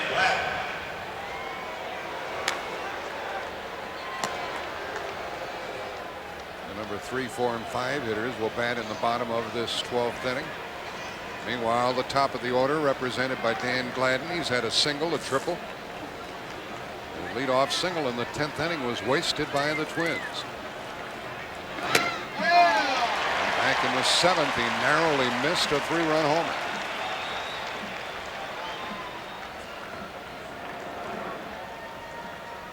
There's Chili Davis. He's through for the night, and there is a ball to Gladden.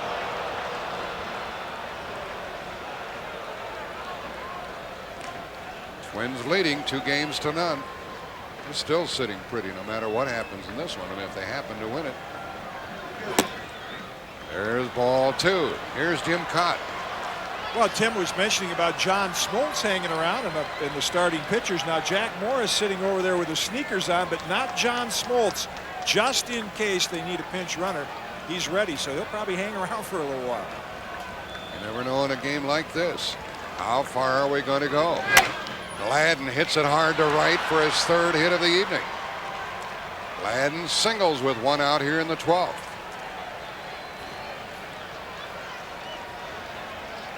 And the Twins have a good runner on base. And a good base stealer on base. Dan Gladden in the last game of the playoffs, game 5, a big stolen base.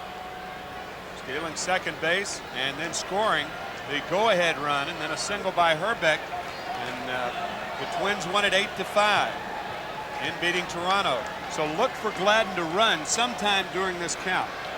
And the Twins would like to snap the tie here in the 12th inning and then get Aguilera on his feet in the bullpen. The batter Knobloch, he drove in a run with a fly ball in the first, and he has a hit, 1 for 4. A good hit and run combo up there. But not a good pitcher to do it against, because Wohlers is not in the strike zone often. You see that stopwatch that Tom Kelly has. He times the throws of the pitcher to home and the catcher to second. And if it comes out to 3.25 seconds or below, he won't send the runner. If it's above that, however, he will send the runner. Base hit by Gladden was his third and the 10th for the Twins. They've out hit the Braves 10-6. Hunter holds against him.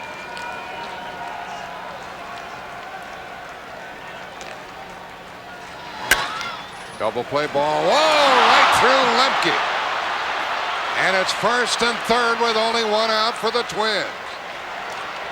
We told you about this lightning fast infield, and it hurt Lemke that time. Yeah, that's a double play ball that gets you out of the inning, and it looked like what Lemke did. He looked up before he had the ball. Clearly an error. Watch him look up. You see, he's ready to flip that ball before he has control. That is a common error on a double play ball hit like that, because you try to get rid of it too quickly. And it could be a key error on Mark Lemke, and I think Bobby Cox is going to make a move now. He has those pitchers in the bullpen whom we showed you earlier. Clancy and Merker. He's got to go to Merker, I would think. And Rick Aguilera of the Twins is now up. Tom Kelly sniffing a lead here. Tell you, we talked earlier about Rick Aguilera and a batter. Wouldn't it be something for Rick Aguilera to pinch hit for Mark Guthrie, who is in the 5-hole now, remember.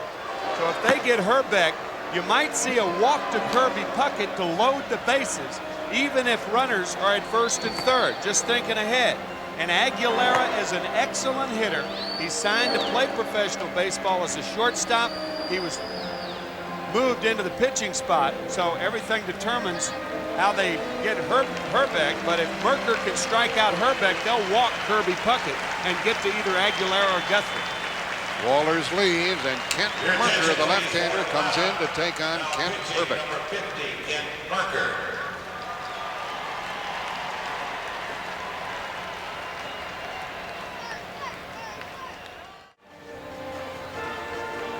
Twins and Braves tied here at 4. This game started with a ball that was misplayed in right field, and the most recent thing that happened, an error by Mark Lemke. As Jack Morris charting the game, he will be the starter tomorrow. The Minnesota Twins have used all of their regular players, and you can't look for Jack Morris. As Jim Cott said, he's got his sneakers on. Well, Kent Merker is called upon to do good work, and Kent Hrbek is up trying to put the Twins on top. They haven't led since the first inning, and it's first and third with one out. Base hit by Gladden, an error by Lemke. Hrbek has one hit tonight, 1 for 5. 1 ball, 1 strike. Merker is usually tough on left-handed hitters. Lefties have hit only 194 against him. He's into the game as the 5th Atlanta pitcher. Avery, Pena, Stanton, Wohlers, and now Merker. Gladden's the runner at third, and across the way it's Knobloch. The runner going from first, and a foul as Hrbek falls in the hole 1 and 2. They were playing behind Knobloch down there, and Knobloch, a very aggressive player. I'm not surprised he was running. 2 stolen bases in game 1. He was ready to stop too. Had Hrbek swung through that ball. Interesting play. If he steals second base, that certainly takes the double play out of order. First and third, the runner going again. Strike 3 called, and Knobloch steals second. That's the second out of the inning. And Puckett is up, and Tim McCarver is right smack on the money with regard to what's going to happen. And Aguilera is going to be the pinch hitter. Here he comes in from the bullpen. What about this? Now, you know, this is unbelievable. He's going to be the 23rd player used. He signed as a shortstop. He had 2 home runs in 1986 for the Mets. He had 1 in 1987, but they haven't made a move yet. They're going to bring the right-hander Clancy in anyway to walk Puckett and then pitch to Rick Aguilera. And if Aguilera doesn't get a hit, now we're assuming all of this, if he doesn't get a hit, then he's in there for the duration unless Kevin Tapani, the starter Sunday, comes back. Unbelievable.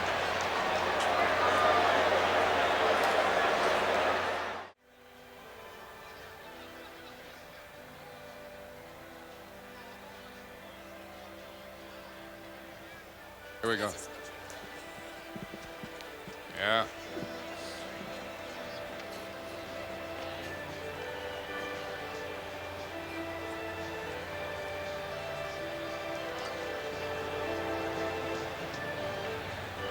Things are happening here in Atlanta. Woo.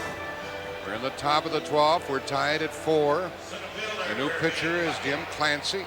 He's the 6th of the night for the Braves, and let's go down to Jim Cott.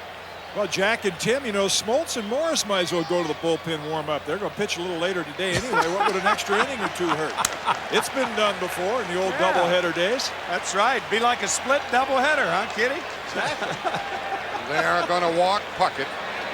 The bases will be loaded with 2 out. Guthrie, the pitcher, is due to hit.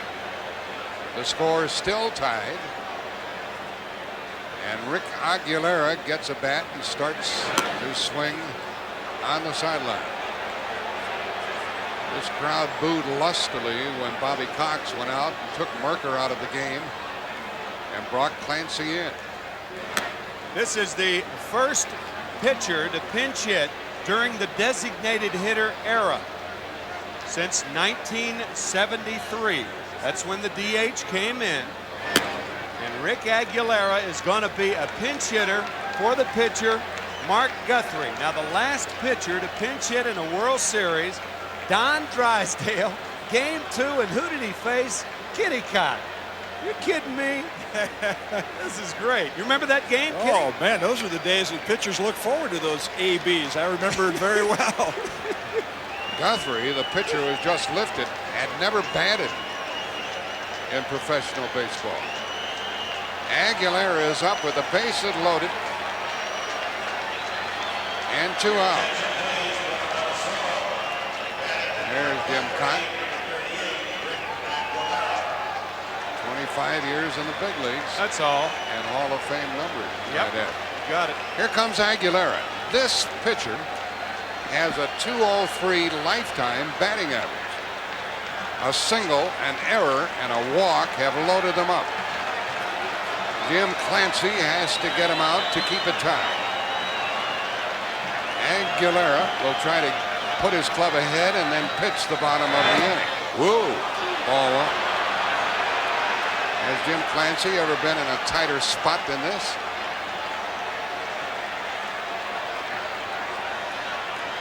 I'm sure Jim Clancy is telling himself, if you've ever stayed ahead, stay ahead of the pitcher as a pinch hitter. And he falls behind with the slider. Nice play by Olson. Bases loaded, 2 out, 4-4 game, 12th inning.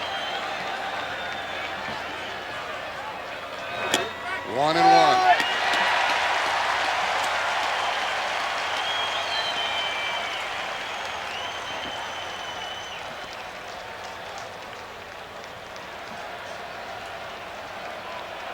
Gladden, the lead runner at third base. A single, an error, and a walk have loaded them up. Braves should have been out of the inning long ago. Aguilera hits it into center field for Gant. We're still tied. 3 left for the Twins, who have stranded 10 and will send Rick Aguilera to the hill.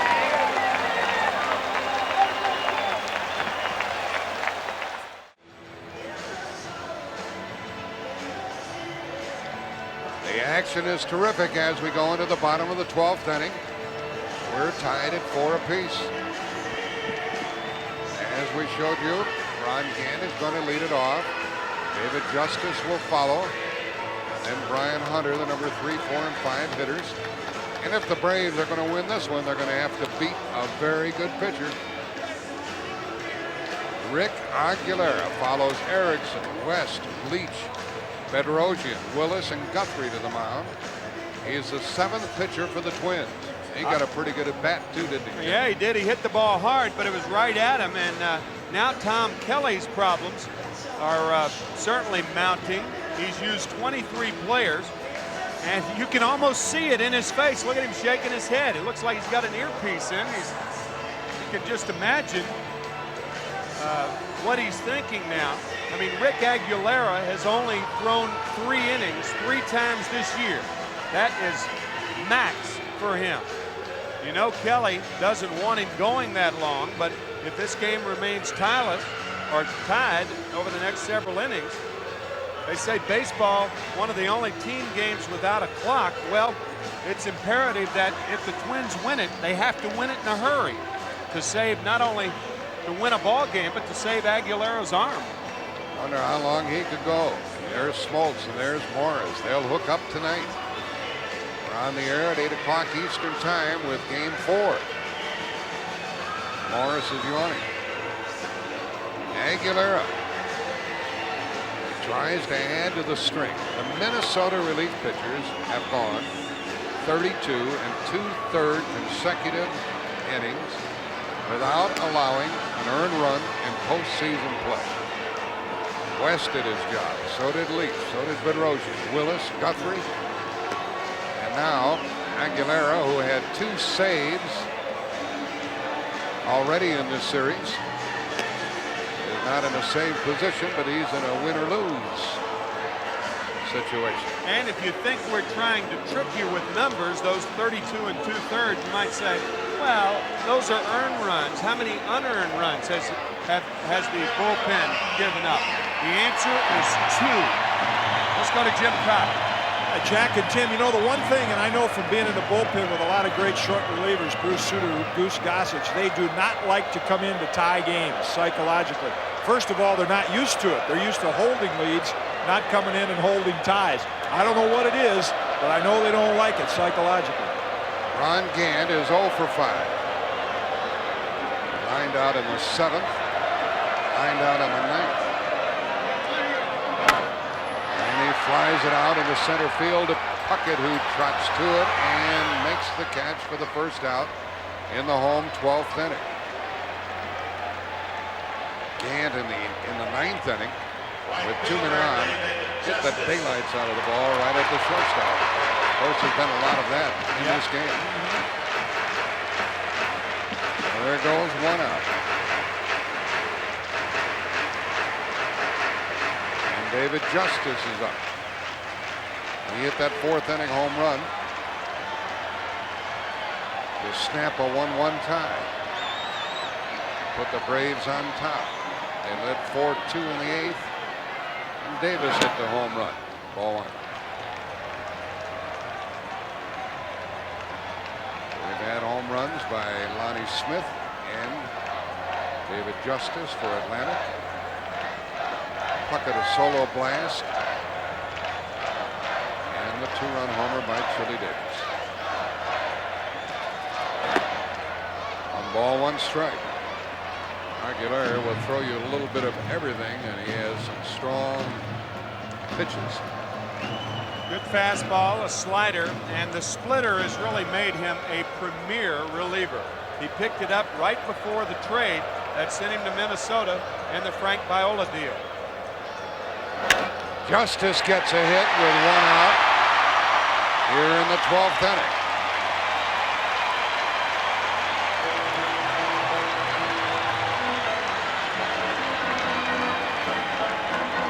Bobby Cox trying to manufacture a run. Herbeck will hold against Justice.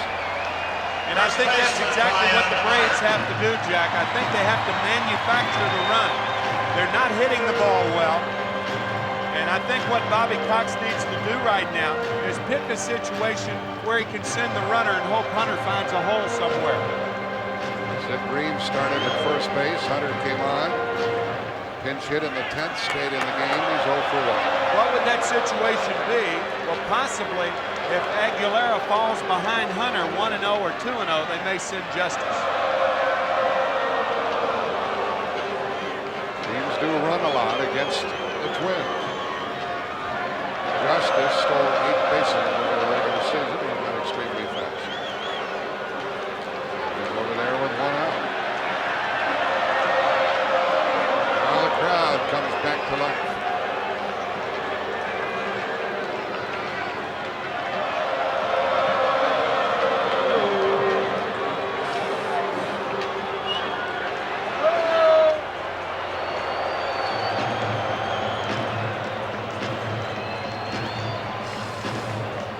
Aguilera this year, opponents have stolen 7 bases without being caught. We'll see if Justice is anxious to go. Ball 1 to Brian Hunter. There's your 1-0 count. Minnesota's not going to pitch out, and I think the most surprising thing up to this time is that the Braves have not tried to run against Brian Harper, who does not have a good throwing arm. Good offensive player. But I think if the Braves are going to win and even win the World Series, I think they have to open things up. They've been too conservative on the bases. Even though they undoubtedly would walk Hunter if Justice steals a base, and that would put it up to Olsen. I'm not talking about a steal. I'm talking about a hit and run. I don't think they have steal speed, but they have good bat control to hit and run. Not going, and ball 2 to Hunter. 4 for the score, home half of the 12th. I mean, Williams gives the signs.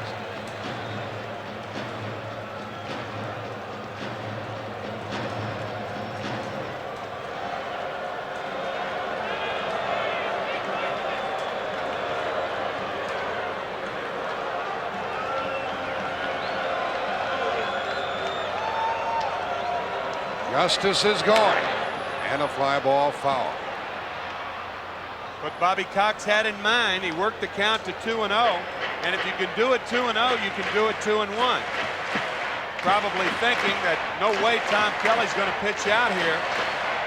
All a manager can do is get a good pitch for his hitter to swing at, and he did for Brian Hunter. It may be on again. David Justice looking, Hunter looking. Right fielder way off the line. They're kind of bunching this hitter to center field. Harper looking into the dugout. Justice not going, and a high pop-up for who? The second baseman, Knobloch. 2 out. So the runner's still at first with 2 gone.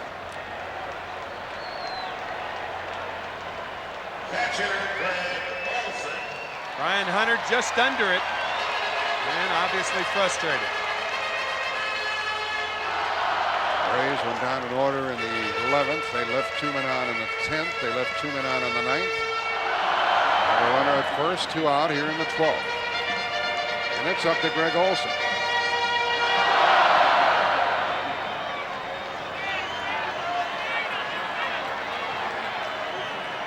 See if they hit and run again with Justice and Olson. Well, you don't gain a lot with 2 outs. I mean, one of the purposes of the hit and run is to move the runner to third, and you don't gain a lot here. Aguilera gets ahead on the count. Once again, the Minnesota outfield very deep to protect against the extra base hit. You want 2 hits to beat you, not 1. At this point, each team has left 10.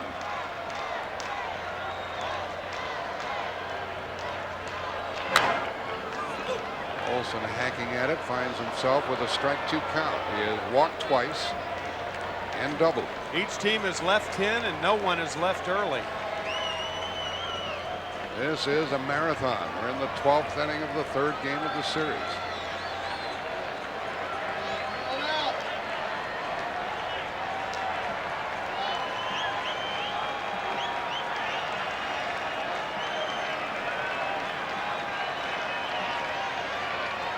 Seventh pitcher of the night for the Twins is out on the hill.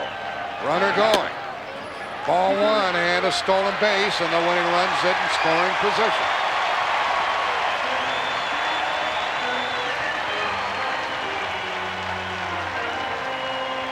Now the Braves are thinking a little old hit will win it. That's the first stolen base by the Atlanta Braves in this series.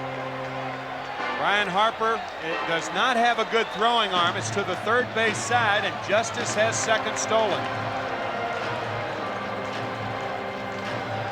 He's at second with 2 out here in the 12th. 1 ball, 2 strikes, the count to Olson. A base is open, so they don't have to make the pitches too good to Greg Olson. Game is 4 hours old. And it's 2-2. With a base open, they might rather take their chances with Lemke. Remember earlier we remarked that Olson has been a good 2-out hitter for Atlanta all season long, and particularly late in the year.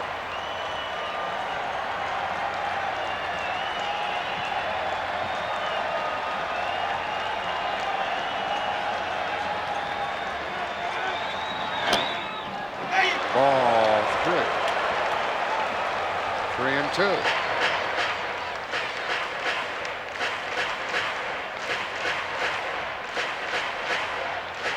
Kelly, a very impassive sort. Or a very passive sort, I should say. On the outside.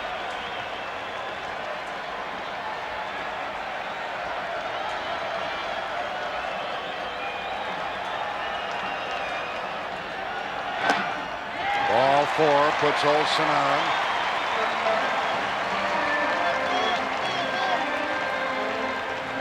That's the 8th walk given to Atlanta. There's Dave Justice with a potential winning run at second.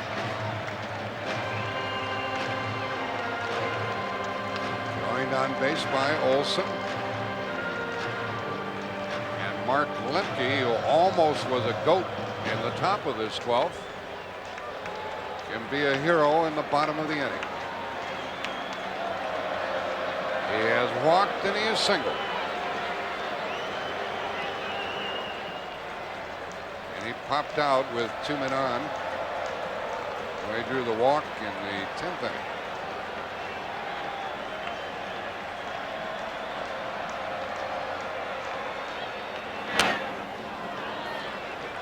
Aguilera gets ahead on the count. And that was a pitch to Hammer, too. I wonder what they're doing up there in the Metrodome. Crowd of about 8,000. The Twins can only win it in the 13th.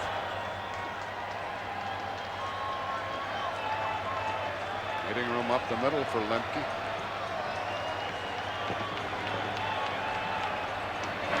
One ball, 1 strike. And Jeff Blauser, the shortstop, waits on deck.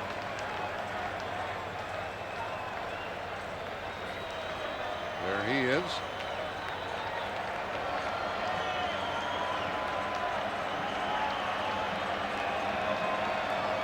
Lemke hits it into left field. Here comes Justice. Save! And Atlanta wins it.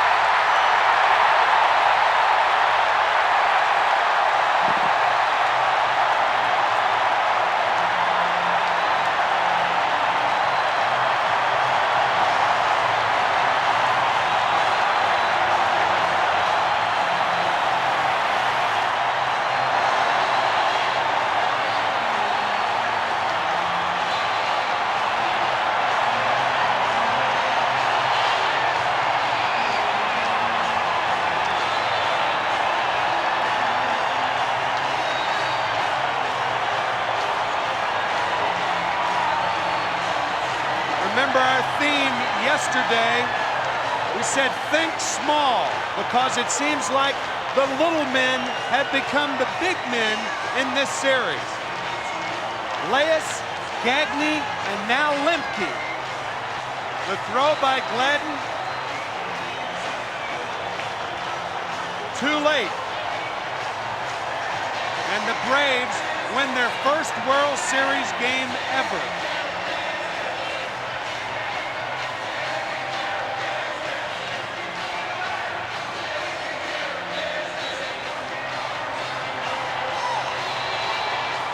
That's a little man walking tall.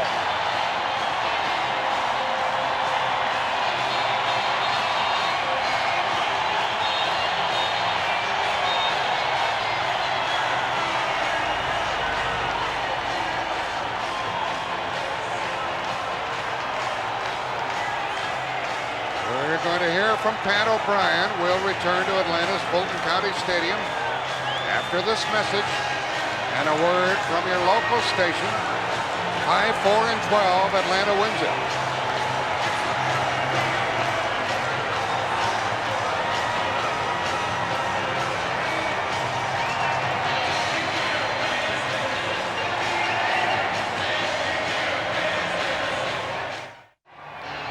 They are still celebrating here as we all catch our breath in Atlanta, Georgia. It is 12:46 Eastern Time, and the Braves have won it, folks, in 12 innings, 5-4 over the Minnesota Twins.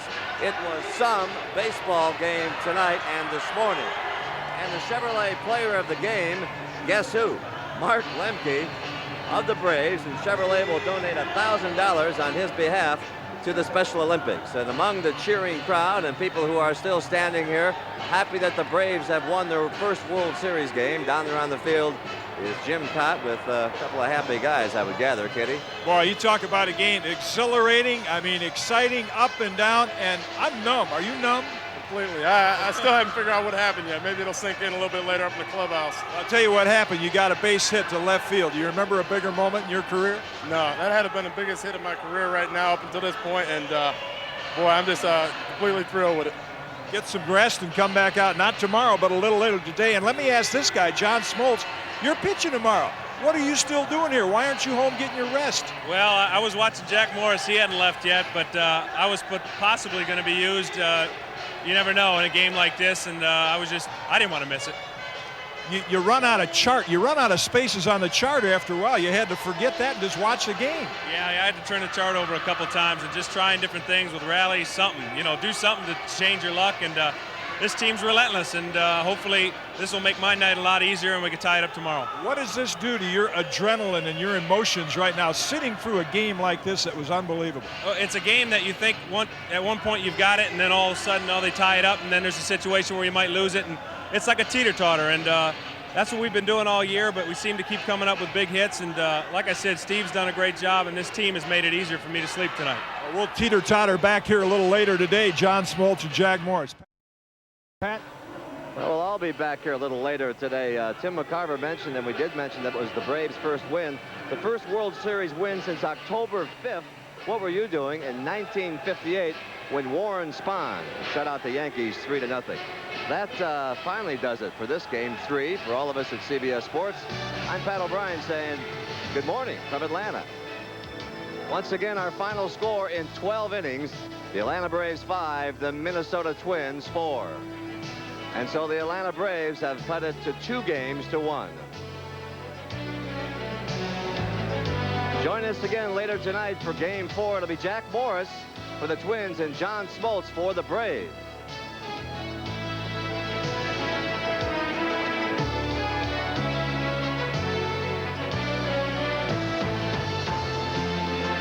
CBS Sports coverage of Game 3 of the 1991 World Series is brought to you by Mr. Goodwrench and your participating GM dealers, keeping quality on the road. Power Stick Antiperspirant, the power that puts you in control. And by Levi's Dockers. Relax, you're among friends.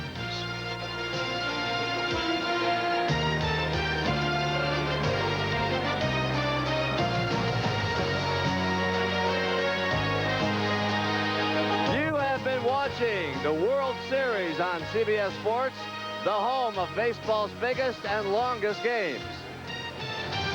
Sometimes it's the guys you never heard of, but he's the toast of the town tonight.